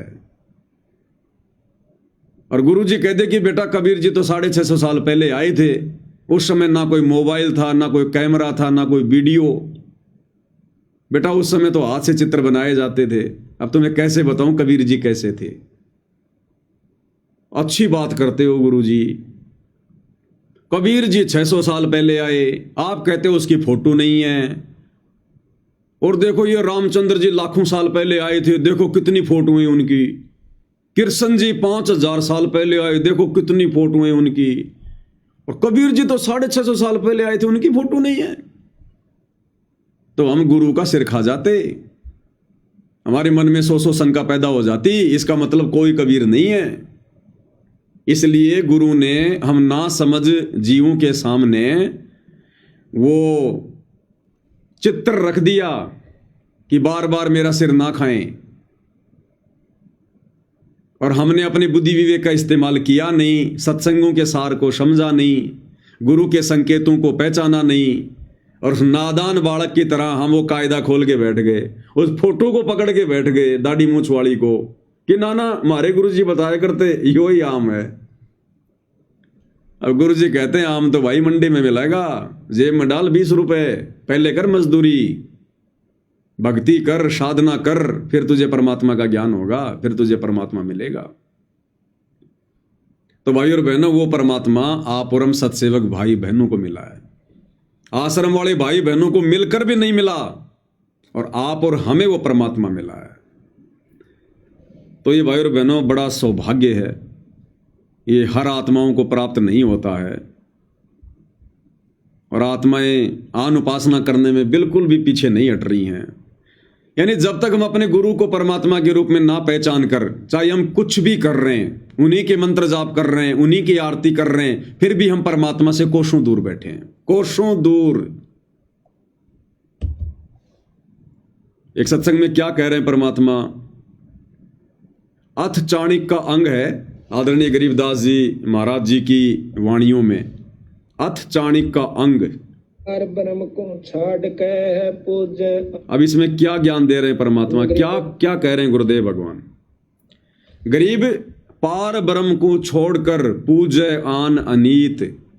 पार ब्रह्म यानी कबीर भगवान, सबसे ऊपर वाला परमात्मा, कहते हैं उसको छोड़कर, उसको ना पहचान कर, जो पूजे आन अनीत यानी अन्य किसी की पूजा करता है, और चेतन सेती ओलने जड़ सेती हैं प्रीत। चेतन सेती ओलने, चेतन यानी जो वर्तमान में प्रकट है, जिंदा है, हमसे बातें करता है, हमारी बातें सुनता है, हमें भक्ति दे रहा है, आशीर्वाद दे रहा है, जो प्रकट है उसको कहते हैं चेतन। तो गुरुदेव कहते हैं चेतन सेती ओलने। ओलने यानी उससे पीठ किए बैठे हो, उससे अपना मुंह फेरे बैठे हो। चेतन सेती ओलने और जड़ सेती है प्रीत। और जड़ के साथ में तुमने प्रेम लगा रखा है। जड़ यानी फोटो, मूर्ति, जैसे दाढ़ी मूछ वाली कबीर जी की समझे जाने वाली वो मुर्दा फोटो, जड़ है वो, जो ना चलती, ना बोलती, ना बातें करती, ना उपदेश देती, ना ज्ञान सुनाती, ना आशीर्वाद देती। तो परमात्मा इस गंदे लोक की रीत बता रहे हैं कि पार ब्रह्म को छोड़कर पूजे आन अनीत। तो पार ब्रह्म तो सतगुरु रामपाल जी परमेश्वर हैं, चेतन परमात्मा। लेकिन ये नादान संगत पूजे आन अनीत। और चेतन सेती ओलने जड़ सेती हैं प्रीत। चेतन परमात्मा को तो अपना गुरु मान लिया, एक संत मान लिया, मां के गर्भ से जन्म लेकर आया हुआ एक जीव मान लिया। चेतन से तो ओलने और जड़ सेती है प्रीत। और मुर्दा फोटो को भगवान मान के उसके साथ में प्रेम लगा के बैठे हैं। गरीब पाहन सेती प्रीतड़ी और चेतन सेती दोष। पाहन सेती प्रीतड़ी, पाहन यानी पत्थर, क्योंकि जिस समय ये वाणियां लिखी गई थी उस समय ये कागज वागज पे फोटोएं नहीं होती थी। उस समय केवल मूर्तियां बनाई जाती थी मिट्टी से या फिर पत्थरों से। तो कहते पाहन सेती प्रीतड़ी यानी पत्थर के साथ तो तुम प्रेम लगा रहे हो, प्यार कर रहे हो, भगवान मान रहे हो। और चेतन सेती दोष, क्योंकि गरीबदास जी लोगों को ज्ञान दिया करते थे, तो गरीबदास जी में तो लोग सौ प्रकार के दोष देखा करते थे कि ये काहे का भगवान है, ये काहे का महात्मा है, हमारे गांव का छोरी का छोरा है, बावड़िया, गरीबू, ये काहे का परमात्मा है। तो गरीबदास जी कहते थे कि नादानो, मेरे साथ तो तुम लोग दोष कर रहे हो, मेरे में तो सौ तुम अवगुण देख रहे हो कि ये धोती कुर्ते वाला कहाँ से भगवान हो गया, कहाँ से ज्ञानी हो गया। और जा जा के उन पहाड़ों पे मंदिरों में पाहन से प्रीतड़ी, पत्थरों के साथ तुम लगाव कर रहे हो। वो स्थिति वर्तमान में संगत की हो गई है। आज वर्तमान में संगत उस कागज की मुर्दा फोटो, कबीर जी की समझे जाने वाली फोटो को तो भगवान मान के उसको प्रकट दिवस मना रही है, उसको भोग लगा रही है। अभी इन आश्रमों में भी 6, 7, 8 तारीख का ये अवतरण दिवस मनाया जा रहा है। इनको इतनी भी सद्बुद्धि नहीं है कि नालायको, तुम अवतरण दिवस तो मना रहे हो अपने गुरु का और भोग लगा रहे हैं उस दाढ़ी मूंछ वाली नकली कबीर की फोटो को। तो गरीबदास जी की वाणियां इन लोगों पर फिट हो रही हैं कि पाहन सेती प्रीतड़ी और चेतन सेती दोष, कि अपने गुरु को मानुष मानकर तुम उसमें दोष देख रहे हो। यानी गुरु को मानुष मानना, गुरु में दोष देखना कि गुरु भगवान नहीं है, गुरु परमात्मा नहीं है। और पाहन सेती प्रीतड़ी और कागज के टुकड़े के साथ में तुम प्रेम लगा के बैठे हो। दो जग धारा जाएंगे कदी न पावे मोख, कहते हैं वो तो नरक में जाएंगे, दो जग धारा में बहेंगे, नरक की धारा में बहेंगे, कदे न पावे मोख। वो आत्मा कभी भी मोक्ष प्राप्त नहीं कर सकती जो अपने गुरु को मानुष और एक मुर्दा निर्जीव फोटो को परमात्मा मानती है। गरीब पत्थर परमेश्वर कहे, यो जग अंधा बोर। गरीब पत्थर को परमेश्वर कहे, पत्थर को, फोटो को, मूर्ति को कहते हैं ये परमात्मा कह रहे हैं, परमेश्वर कह रहे हैं। जैसे सतलोक आश्रम वाले भाई बहन जून के महीने में उस पत्थर को, उस कागज के टुकड़े को परमेश्वर मानकर भोग लगा रहे हैं, पूज रहे हैं, कबीर प्रकट दिवस मना रहे हैं। यो जग अंधा बोर, ये सारा संसार अंधा है, बावड़ा है, निपट अंधा है ये। और साहिब पर सेवा नहीं, पहुंचेंगे किस ठोर। और जो असली साहिब है, असली मालिक है, असली कबीर है, परमेश्वर रामपाल जी कहते हैं उसकी तो इनसे पूजा नहीं होती, उनकी सेवा नहीं होती, उनकी पूजा नहीं करते ये। यानी ये अपने गुरु को, परमेश्वर रामपाल जी को भोग नहीं लगाते, उनकी आरती नहीं उतारते, उनको परमात्मा नहीं मानते। तो साहिब पे सेवा नहीं, वो पहुंचेंगे किस ठोर, कहां जाएंगे वो, कहां उनको स्थान होगा, कोई ठोर ठिकाना नहीं होगा, दोजख में जाएंगे। गरीब पत्थर को परमेश्वर कहे, बड़ा अंदेशा मोही, कि ये नादान दुनिया वाले जिंदा गुरु को परमात्मा ना मानकर, ना पहचान कर, और पत्थर को परमात्मा कह रहे हैं, एक फोटो को भगवान कह रहे हैं। कहते हैं पहुंचेंगे किस ठोर। गरीब पत्थर को परमेश्वर कहे, बड़ा अंदेशा मोही, कि मुझे बड़ा आश्चर्य हो रहा है, मुझे बड़ा अंदेशा है। गरीब पत्थर को परमेश्वर कहे, बड़ा अंदेशा मोही, और पारस से भेटा नहीं कैसे पलटे लो। पारस से परस्यानी, यानी उस पारस से तो संपर्क किया नहीं, जो पारस लोहे को भी कंचन बना दे, सोना बना दे, जीव को भी पीव बना दे, जो परमात्मा कहते हैं उससे तो इनका परिचय नहीं, उस सच्चे सतगुरु से तो इनका मेल ही नहीं है। खाली उपदेश ले लिया, गुरु जी कह रहे हैं, लेकिन परमात्मा क्या कहते हैं कि बिन गुरु मिले मोहे न पाए। अब गुरु से मिलना क्या होता है, गुरुदेव ने बताया कि भाई गुरु से मिलना ये नहीं होता कि गुरु के पास आ जाओ, गुरु के साथ में रहो, गुरु के साथ में खाओ पियो, वो गुरु से मिलना नहीं होता। गुरु से एक रस हो जाना, गुरु को परमेश्वर मान लेना, गुरु को सर्वशक्तिमान मान लेना, हृदय से उनको भगवान मान लेना, ये होता गुरु से मेल। तो गरीबदास जी कह रहे हैं कि पारस से भेटा नहीं कैसे पलटे लो, कि तुम उस पारस रूपी परमात्मा परमेश्वर रामपाल जी से तुम्हारा भेंट नहीं है, तुम्हारा संपर्क नहीं है, तुम मन से नहीं मिले उनसे, उनमें दोष देख रहे हो मानुष मानकर। तो कहते हैं तुम्हारी आत्मा का कल्याण कैसे होगा, तुम्हारे हृदय में परिवर्तन कैसे होगा, तुम भगत कैसे बनोगे। गरीब पत्थर को परमेश्वर कहे, बड़ा अंदेशा मुझ, और शूली साकट दीजिए कहीं समझाऊं तुझ। कि जिंदा परमेश्वर के धरती पर रहते रहते, गुरु रूप में परमेश्वर कबीर जी के धरती पर रहते रहते, और कहते हैं लोग एक पत्थर के टुकड़े को भगवान मान रहे हैं, एक कागज के टुकड़े को भगवान मान रहे हैं। तो गरीबदास जी कहते हैं उनके साथ में क्या बनेगा? सूली साकट दीजिए ऐसी निकम्मी आत्मा को, ऐसे साकट को जो आंखों के सामने प्रकट भगवान को ना पहचान कर एक कागज के टुकड़े को भगवान मानकर पूज रहा है, पत्थरों को भगवान मानकर पूज रहा है। कहते हैं उसको तो सूली पे टांग देना चाहिए। कहीं समझाऊं तुझ, उसको तो सूली तोड़ देनी चाहिए ऐसी निकम्मी आत्मा को जो ऐसा गोल्डन चांस खो रहा है, गवा रहा है समय, अपने गुरु को परमात्मा के रूप में ना मानकर, ना पहचान कर। क्योंकि परमात्मा कबीर जी जब जब धरती पर आते हैं गुरु रूप में आते हैं। तो गरीबदास जी कहते हैं कि पत्थर को परमेश्वर कहें बड़ा अंदेशा मुझ, और शूली साकट दीजिए कह समझाऊं तुझे। अब गुरुदेव भगवान के मुख कमल से सुनते हैं परमात्मा ने क्या कहा है। गरीब पार ब्रह्म को छाड़ के पूज आन अनीते, बचेतन सेती ओलने और जड़ सेती है प्रीते। गुरु से संतों से तो दूर रहे और धाम पूजा पर राजी रहे। गरीब पाहन सेती प्रीतड़ी, चेतन सेती दो से, दो जगदारा जावेंगे वह कदे न पावे मोक्ष। गरीब पत्थर परमेश्वर कहे यो जग अंधा बोरे, साहेब पैसेवा नहीं वह पहुंचेंगे किस ठोरे।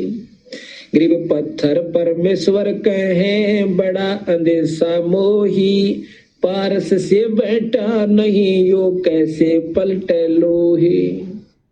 अब भाई और बहनों, अब विचार करो आप और हमारे ऊपर कितनी बड़ी रजा हुई है, कितनी बड़ी मेहर हुई है गुरुदेव भगवान की, जो उन्होंने आज हमें पारस की पहचान करवा दी, स्वयं की पहचान करवा दी। और आज हम उनसे भेंट कर, यानी उनको परमेश्वर मानकर, उनकी सेवा करके, उनकी पूजा करके, उनको खुश करके हम इस मिट्टी को दिन ब दिन सोना बनाते जा रहे हैं, सोना। तो ये रजा भाई और बहनों सभी आत्माओं के ऊपर नहीं होती है। इसीलिए गुरुदेव भगवान ने विशेष संदेश में कहा है, विशेष संदेश नंबर 16 में, कि बच्चों आप कुछ दिनों में संकेत समझने लग जाओगे। अब ये संकेत कौन समझ रहा है भाई और बहनों? विशेष संदेशों को किसने समझा? किन आत्माओं ने निष्कर्ष निकाला? किन आत्माओं ने इन शिक्षाओं को अपने जीवन में लागू किया, अमल किया? और इन विशेष संदेशों से शिक्षा लेकर कौन कौन आत्माएं दृढ़ हो रही हैं? तो गुरुदेव कह रहे हैं बच्चों कुछ दिनों में आप संकेत समझने लग जाओगे। तो बताओ सत्सेवक भाई बहनों के अलावा किसी ने भी विशेष संदेशों को शिक्षात्मक रूप से लिया क्या?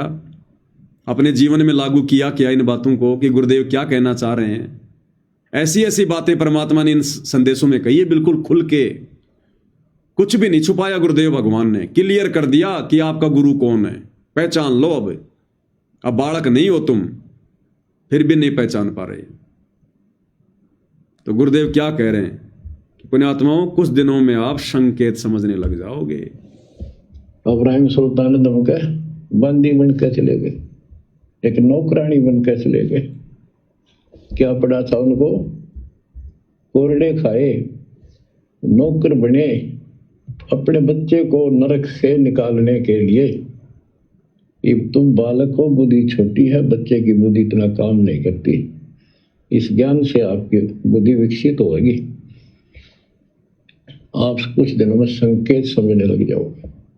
क्या कह रहे हैं गुरुदेव? आप कुछ दिनों में संकेत समझने लग जाओगे। कौन से संकेत? अरे सबसे बड़ा संकेत एक ही है, परमात्मा को पहचानना, परमेश्वर की पहचान करना। इससे बड़ा कोई संकेत नहीं हो रहा। तो गुरुदेव कह रहे हैं बच्चों कुछ दिनों में तुम संकेत समझने लग जाओगे। यानी गुरुदेव कह रहे हैं कि बच्चों मैंने अपना माथा पचाने की जरूरत नहीं पड़ेगी। ये जो तुम्हें तत्व ज्ञान दिया ना सन 1988 से, इस तत्व ज्ञान से धीरे धीरे तुम्हारी हृदय वाली आंखें खुल जाएंगी और तुम पहचानने लग जाओगे कि गुरुदेव क्या कहना चाहते हैं, क्या समझाना चाहते हैं। और अब दास आपको भाई और बहनों 4 विशेष संदेश सुनाएगा, छोटे छोटे। क्योंकि जो समझदार आत्मा थी वो तो समझ गई और समझकर अपने गुरुदेव भगवान को भोग लगाना शुरू कर दिया, उनकी आरती उतारनी शुरू कर दी, क्योंकि पहचान में आ गया कि भगवान कौन है। और जिस परमात्मा के लिए हम सतयुग से भटक रहे थे, जन्म जन्मांतरों से भटक रहे थे, आज वो भगवान हमारे सामने आ गया, हमारे गुरु के रूप में आ गया। फिर कौन पीछे रहेगा, कौन मनहूस होगा फिर, जो कागज के टुकड़ों को पूजेगा अपने गुरु को छोड़कर, दुनिया के बोध दिवस मनाएगा, दुनिया के प्रगट दिवस मनाएगा अपने गुरु के सतगुरु प्रगट दिवस को छोड़कर। तो परमेश्वर की जो नेक आत्माएं हैं, सतसेवक भाई बहन, उन्होंने पहचाना, और उन आश्रम वालों के लिए परमात्मा ने फिर भी खुल के बताया, लेकिन फिर भी भाई और बहनों वो नहीं समझ पाए।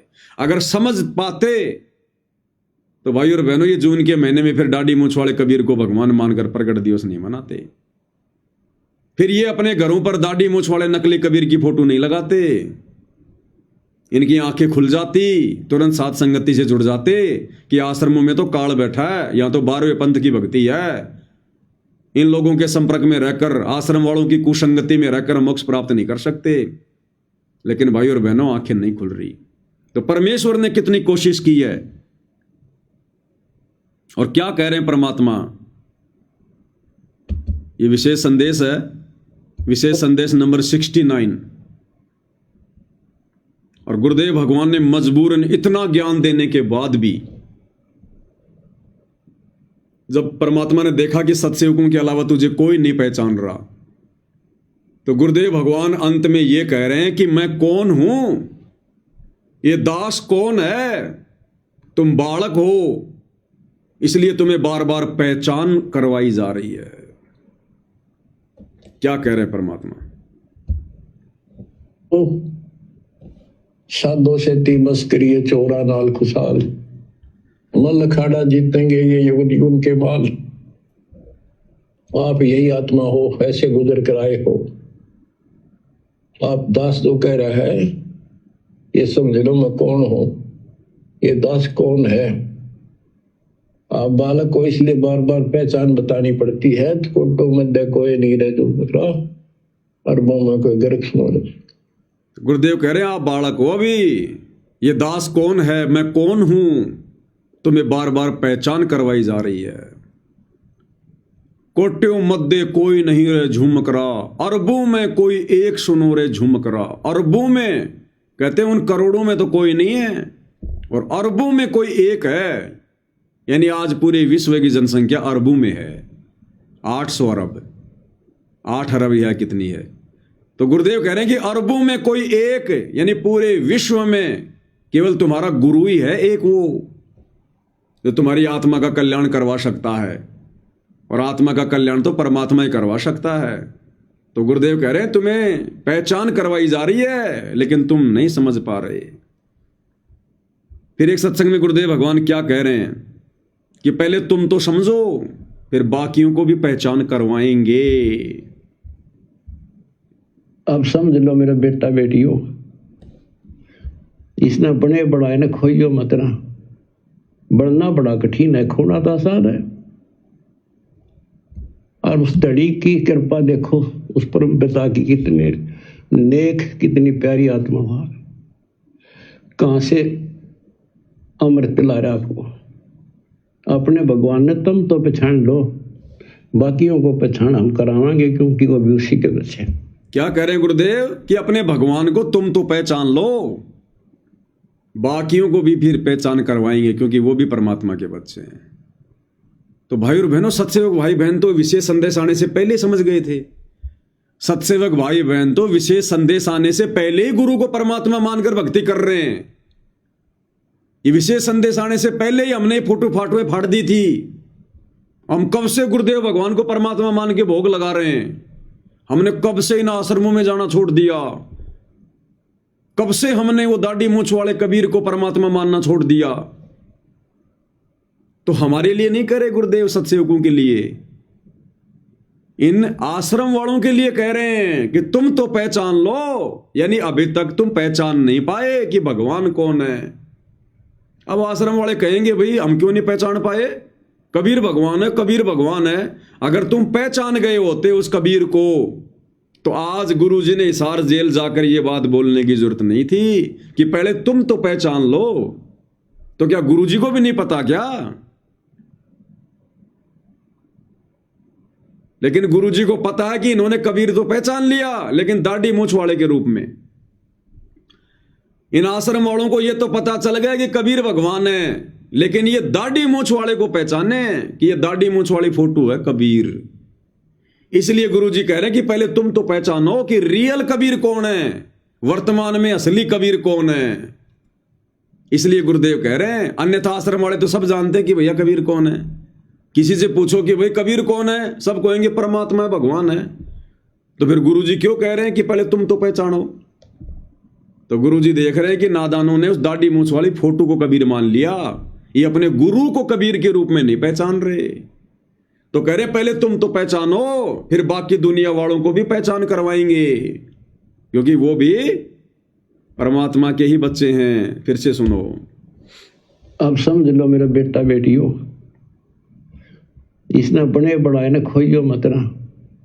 बढ़ना बड़ा कठिन है, खोना तो आसान है।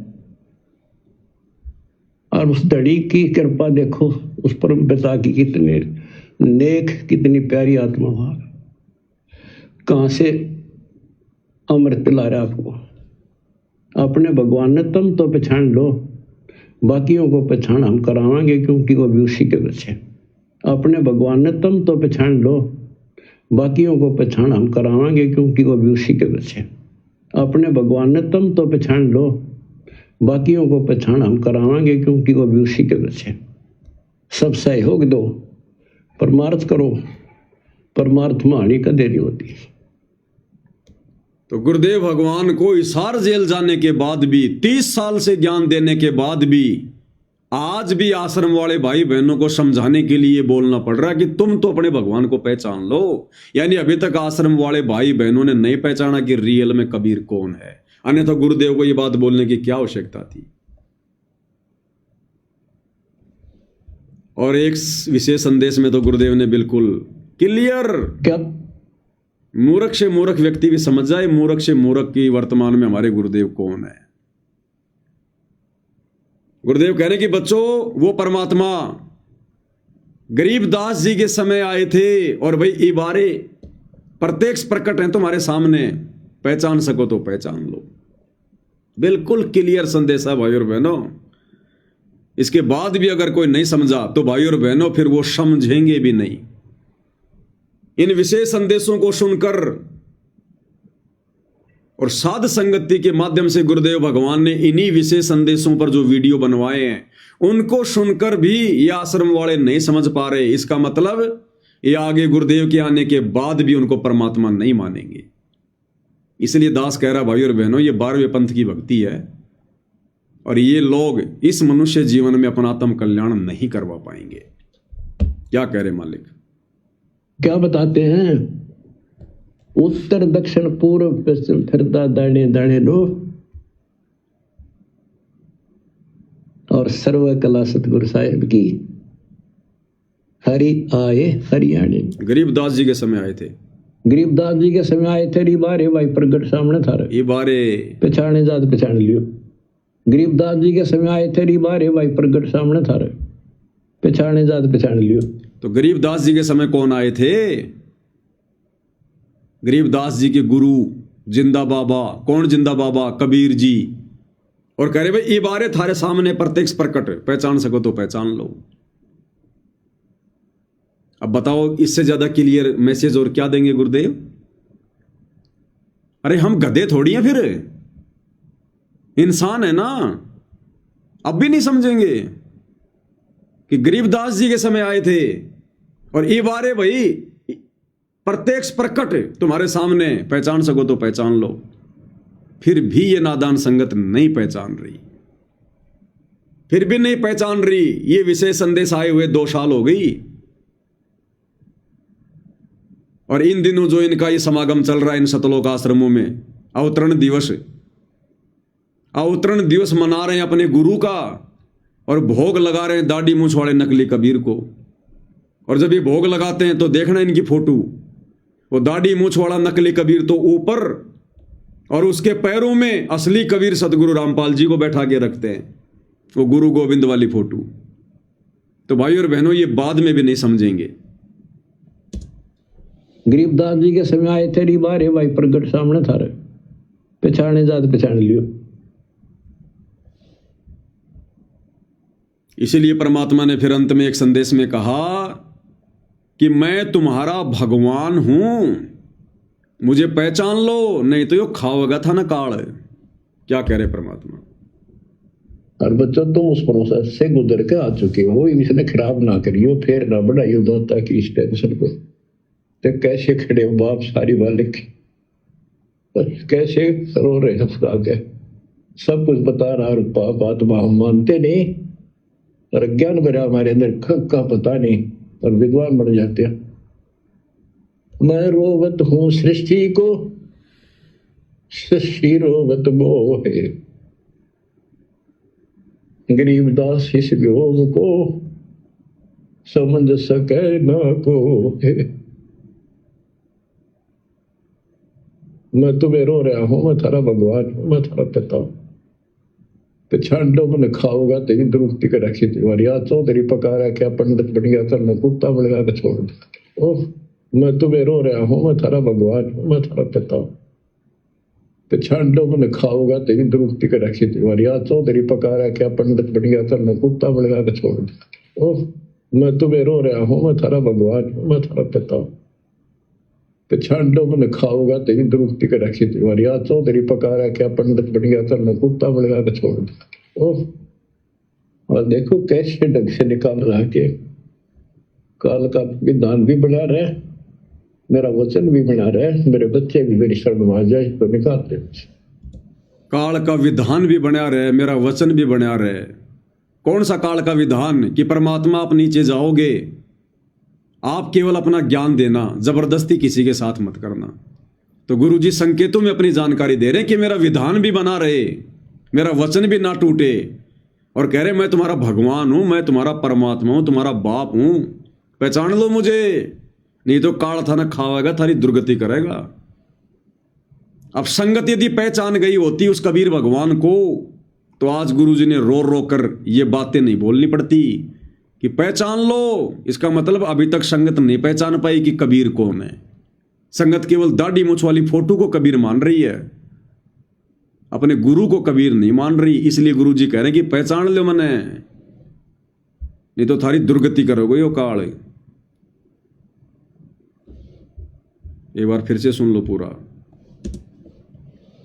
और बच्चों तुम उस प्रोसेस से गुजर के आ चुके हो, इसने खराब ना करियो, फिर ना बढ़ाइयो दोस्ता की इस टेंशन को। तो कैसे खड़े हो बाप सारी बालिक, कैसे रो रहे हो खुदा के, सब कुछ बता रहा और पाप आत्मा हम मानते नहीं, और ज्ञान भरा हमारे अंदर का पता नहीं, और विद्वान बन जाते हैं। मैं रोवत हूँ सृष्टि को, सृष्टि रोवत मोहे, गरीबदास इस वियोग को समझ सके ना कोई। मैं तुम्हें रो रहा हूं, मैं थारा भगवान हूं, मैं थारा पिता हूं। पहचान लो मन खाओगा तेरी दुरुक्ति कर रखी तुम्हारी आज चौधरी पका रहा क्या पंडित बन गया था, मैं कुत्ता बन गया छोड़ दिया। ओह मैं तुम्हें रो रहा हूं, मैं थारा भगवान हूं, मैं थारा पिता हूं।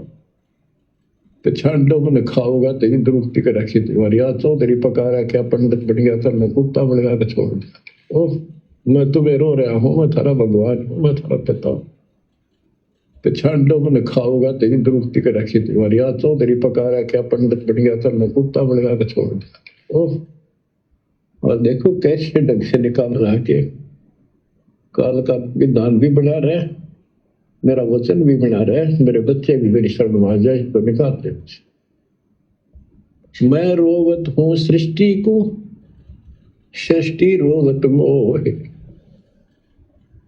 तुम भगवान भगवान करते फिरते हो, मुझे रो रहे हो, सुखदाई भगवान का है, इसका साइड है, तुम भगवान मान रहे हो, और मैं तुम्हारे लिए रो रहा हूँ, मेरे बच्चे थारी प्रगति हो रही, आंख खोलो। गरीबदास किस वियोग को समझ न सकता को, चार युगन में हम फेरे, मैं पल में छिप जाऊं। गरीबदास गुरु वेद से लखो हमारा ठाव। बच्चों आज इतना ही, शेष अमर कथा आगे सुनाएंगे, बोलना नहीं आता। परमात्मा आपको सद्बुद्धि दे, अकल को लतारी कित पछे बैठे माचे आडो 2 दिन का सांग है यो, पता नहीं कद फूक निकल जाएगी, कुत्ता बना के छोड़ देगा, सारे ठाट दरिया दे जाएंगे। उस समय निकालो, मालिक ने रजा बख्शी कहाँ से बख्श रखी है तुम्हारे ऊपर, कैसी दया करिए, कोई बालक नहीं है वो, ताकि तुम्हें फिर से दर्द करे, तुम्हारा जीवन बचाए, तुम्हें मोक्ष मिले। सच ये गुरुदेव भगवान ने संकेत कर दिया है ना आश्रम वालों के लिए, कहाँ तुम इस 2 दिन के ठाठ को ठाठ मान रहे हो, माचे माचे फिरो तुम, फूक निकल जाएगी 2 मिनट में। कहाँ तुम इन राजनेताओं के पीछे दौड़ रहे हो, मनमानियां कर रहे हो, मर्यादा तोड़ रहे हो, गुरु को नाराज कर रहे हो, संगत के दान के ऊपर आराम के टोक तोड़ रहे हो, मौज मस्ती कर रहे हो। संगत को भी मस्ती चाहिए, और संगत तुम्हें मस्ती करवाने के लिए खुल के तुम कुपात्रों को ज्योति पाठ और दान का पैसा दे रही है। तो गुरु जी कहते हैं कहाँ माचे माचे फिर रहे हो, कहाँ तुम इस ठाट बाट को मान रहे हो, 2 मिनट में फूक निकल जाएगी, कहीं कुत्ता बना के छोड़ देगा ये। क्या कह रहे मालिक? मैं पल पल छिप जाऊं गरीबदास गुरु वेद से, लखो हमारा ठाव। बच्चों आज इतना ही, शेष अमर कथा आगे सुनाएंगे, बोलना नहीं आता। परमात्मा आपको सद्बुद्धि दे, अकल को लतारी कित पछे बैठे माचे आडो 2 दिन का सांग है यो, पता नहीं कद फूक निकल जाएगी, कुत्ता बना के छोड़ देगा, सारे ठाट दरिया दे जाएंगे। उस समय निकालो, मालिक ने रजा बख्शी कहाँ से बख्श रखी है तुम्हारे ऊपर, कैसी दया करिए, कोई बालक नहीं है वो, ताकि तुम्हें फिर से दर्द करे, तुम्हारा जीवन बचाए, तुम्हें मोक्ष मिले। सच तो भाई और बहनों, असीम रजा गुरुदेव भगवान ने आप परम तुच्छ बुद्धि जीव सत्सेवकों के ऊपर बख्शी हुई है। ये रजा भाई और बहनों युगों युगों पर्यंत होती है, युगों युगों पर्यंत। ये कोई सामान्य बात नहीं है। एक ही गुरु, एक ही ज्ञान, गुरु ने कोई भेदभाव नहीं किया, और आज वो लाखों की संगत काल की गोद में बैठी है, झूठे सुख को सुख मान के। उन्हें पता ही नहीं हम क्या कर रहे हैं, किस दिशा में जा रहे हैं, बिल्कुल बेहोश है, बिल्कुल बेहोश। और इधर साथ संगति से गुरुदेव भगवान ने अलग से अपना 13वां यथार्थ कबीरपंथ शुरू करवा कर, और आप और हम आत्माओं को कैसी सद्बुद्धि दे रखी है। आप और हम दिन प्रतिदिन भक्ति मार्ग पर कितना आगे बढ़ रहे हैं। ये सामान्य बात नहीं भाई और बहनों, सामान्य बात नहीं है। तो हमने अपने गुरुदेव भगवान की असीम रजा को, मेहर को इसी प्रकार से बना के रखना है, और हमने अपने गुरु को ही प्रसन्न करना है। और गुरु को प्रसन्न करने के लिए, भक्ति सफल करने के लिए जो भी हमने कुर्बानी देनी पड़ेगी। गुरु किसी का शीश नहीं लेता, गुरु किसी का मकान नहीं लेता, किसी का धन नहीं लेता। गुरु केवल हमसे ये चाहता कि मेरे वचन पर चलें, और जो बुराइयां हैं उन बुराइयों को ये त्यागें, और भक्ति मार्ग पर दृढ़ होकर विश्वास करके गुरु वचन पर अटल होकर चलें। किसी के बहकावे में ना आए, कोई लोकलाज में ना आए, कोई शर्मा शर्मी में ना आए, किसी के दबाव में ना आए। चाहे घर छोड़ना पड़े, चाहे संपत्ति छोड़नी पड़े, 1 सेकंड में ठोकर मार दे। अगर किसी का बाप करोड़पति है और सतगुरु रामपाल जी की भक्ति से यदि वो ना खुश है और कह रहा है कि बेटा यदि तूने भक्ति अगर करनी है तो मेरी संपत्ति से बाहर हो जा, इस मकान से बाहर चला जा, उसी समय बिना सोचे समझे कि ले थूकता हूं मैं तेरी संपत्ति पर, तो मार इसके ऊपर सांप की तरह लौट पलटे। मैं तो ये चला, मेरी संपत्ति तो मेरा गुरु है, मेरी भक्ति है। इतना हमारे अंदर विश्वास, इतना दृढ़ विश्वास है, तब जाकर ये परमात्मा फिर अपना आशीर्वाद बख्शेगा। इतनी दृढ़ता चाहिए। ये नश्वर संपत्ति हमने बिल्कुल ठोकर पे रख के चलनी है, ठोकर पे। असली धन, असली संपत्ति हमारा भगवान, हमारी भक्ति है, मर्यादा है। तो जब समय अगर आ जाए, ऐसी भी अगर नौबत आ जाए, तो सोचना नहीं, फिर विचार नहीं करना, किसी को फोन करके नहीं पूछना कि भगत जी क्या करूं। परमात्मा ने सब बता रखा, तुम्हें भी पता है, और फिर भी तुम संशय में हो, तो फिर यह भी कमजोरी है। इस नश्वर संपत्ति को अपने ठोकर पे रख के चलो अगर भक्ति सफल करनी है तो। जब भी आदेश हो जाए, फुटबॉल की तरह ठोकर मार दो कि जाओ, ले जाओ, खाओ पियो, ऐश करो। हमें देने वाला हमारा सतगुरु है। तब भाई और बहनों, परमात्मा अपना समझेगा फिर। तो भाइयों और बहनों, सतगुरु महिमा में आज केवल इतना ही। इसी प्रकार से हम पूज्य गुरुदेव भगवान के आशीर्वाद से थोड़ी थोड़ी जानकारी प्राप्त करते हुए प्रतिदिन जैसे भी परमात्मा हमें मौका दें, भक्ति मार्ग पर हम आगे बढ़ते रहें और हमारा ये जो समय है ये इसी प्रकार से व्यतीत हो जाए गुरुदेव भगवान के बाहर आने तक। और परमात्मा भी यही चाहते हैं कि ये आत्माएं किसी न किसी बहाने इस भक्ति मार्ग पर लगी रहें, इस मन शैतान को मौका ना दें, अन्यथा जरा भी हम लापरवाही बरतेंगे, इधर उधर की बातें करेंगे, तुरंत इस शैतान रूपी मन का दाव लग जाएगा और कहीं न कहीं हमारी यह मर्यादा तुड़वा देगा। इसलिए पूज्य गुरुदेव भगवान ने हम सत्संगों पर विशेष रजा बख्शी है। हमें परमात्मा ने इतनी भक्ति क्रिया दे दी, इतनी भक्ति क्रिया दे दी कि हमें पड़ोसी से बात करने की भी फुर्सत नहीं है, पड़ोसी से भी बात करने की फुर्सत नहीं है। तो ये गुरुदेव भगवान की विशेष रजा है, तो सात संगति के माध्यम से परमात्मा ने हमें बिल्कुल लपेट के रखा हुआ है। जरा भी मौका इस शैतान रूपी मन को परमात्मा नहीं दे रहे। तो भाइयों और बहनों, हमने इस रजा को इसी प्रकार से बना के रखना है। ये रजा युगों युगों के बाद होती है, युगों युगों के बाद। तो भाइयों और बहनों, कल परमेश्वर जी का इस धरती पर जो प्राकट्य दिवस है, कल वो दिन है। सभी भगत भाई बहन हर प्रकार से मर्यादाओं में रहकर सहज तरीके से, साधारण तरीके से केवल परमेश्वर को प्रसन्न करने की रजा करें, जो है आगे बढ़ें। और गुरुदेव भगवान से हम ये भी अर्ज करें, अरदास करें कि हे परमेश्वर, यदि आप उचित समझो तो आप तो सर्वशक्तिमान हो, दयालु हो। हे परमेश्वर, हम नीचों पर रहम करते हुए यदि आप उचित समझें तो परमेश्वर आप अपनी लीला को समेट कर हम नीचों के बीच में आने की दया कीजिए। परमात्मा, आपके बिना हमारा सब कुछ अधूरा है। परमेश्वर, हम जी जरूर रहे हैं, लेकिन परमात्मा हमारा जी, हमारी जान हमारे अंदर नहीं है। आपके बिना बिल्कुल सूने सूने हैं, अधूरे हैं परमेश्वर। तो अपने मनी मन में या जैसा भी है, आप गुरुदेव भगवान से जरूर प्रार्थना करें कि परमेश्वर, आप तो कुछ भी कर सकते हो। परमात्मा, आप तो गागर में सागर भर सकते हो। परमात्मा, आप तो राई का पहाड़, पहाड़ से राई बना सकते हो। परमेश्वर, आपका सामर्थ्य, इसका कोई वारन पार नहीं है। ये परमेश्वर, हम आपसे प्रार्थना करते हैं। बाकी तो आपकी अपनी मौज है परमेश्वर, लेकिन हम नीच तो आपसे प्रार्थना ही कर सकते हैं कि परमेश्वर, आप जितना जल्दी हो सके हम नीचों के बीच में आने की, हमें साक्षात अपने दर्शन देने की परमेश्वर हमारे ऊपर रजा बख्शे। तो क्या पता भाइयों और बहनों, किस आत्मा की हृदय की सच्ची पुकार से परमात्मा प्रसन्न हो जाए और एक आत्मा की सच्ची पुकार के चलते लाखों का भला हो जाए।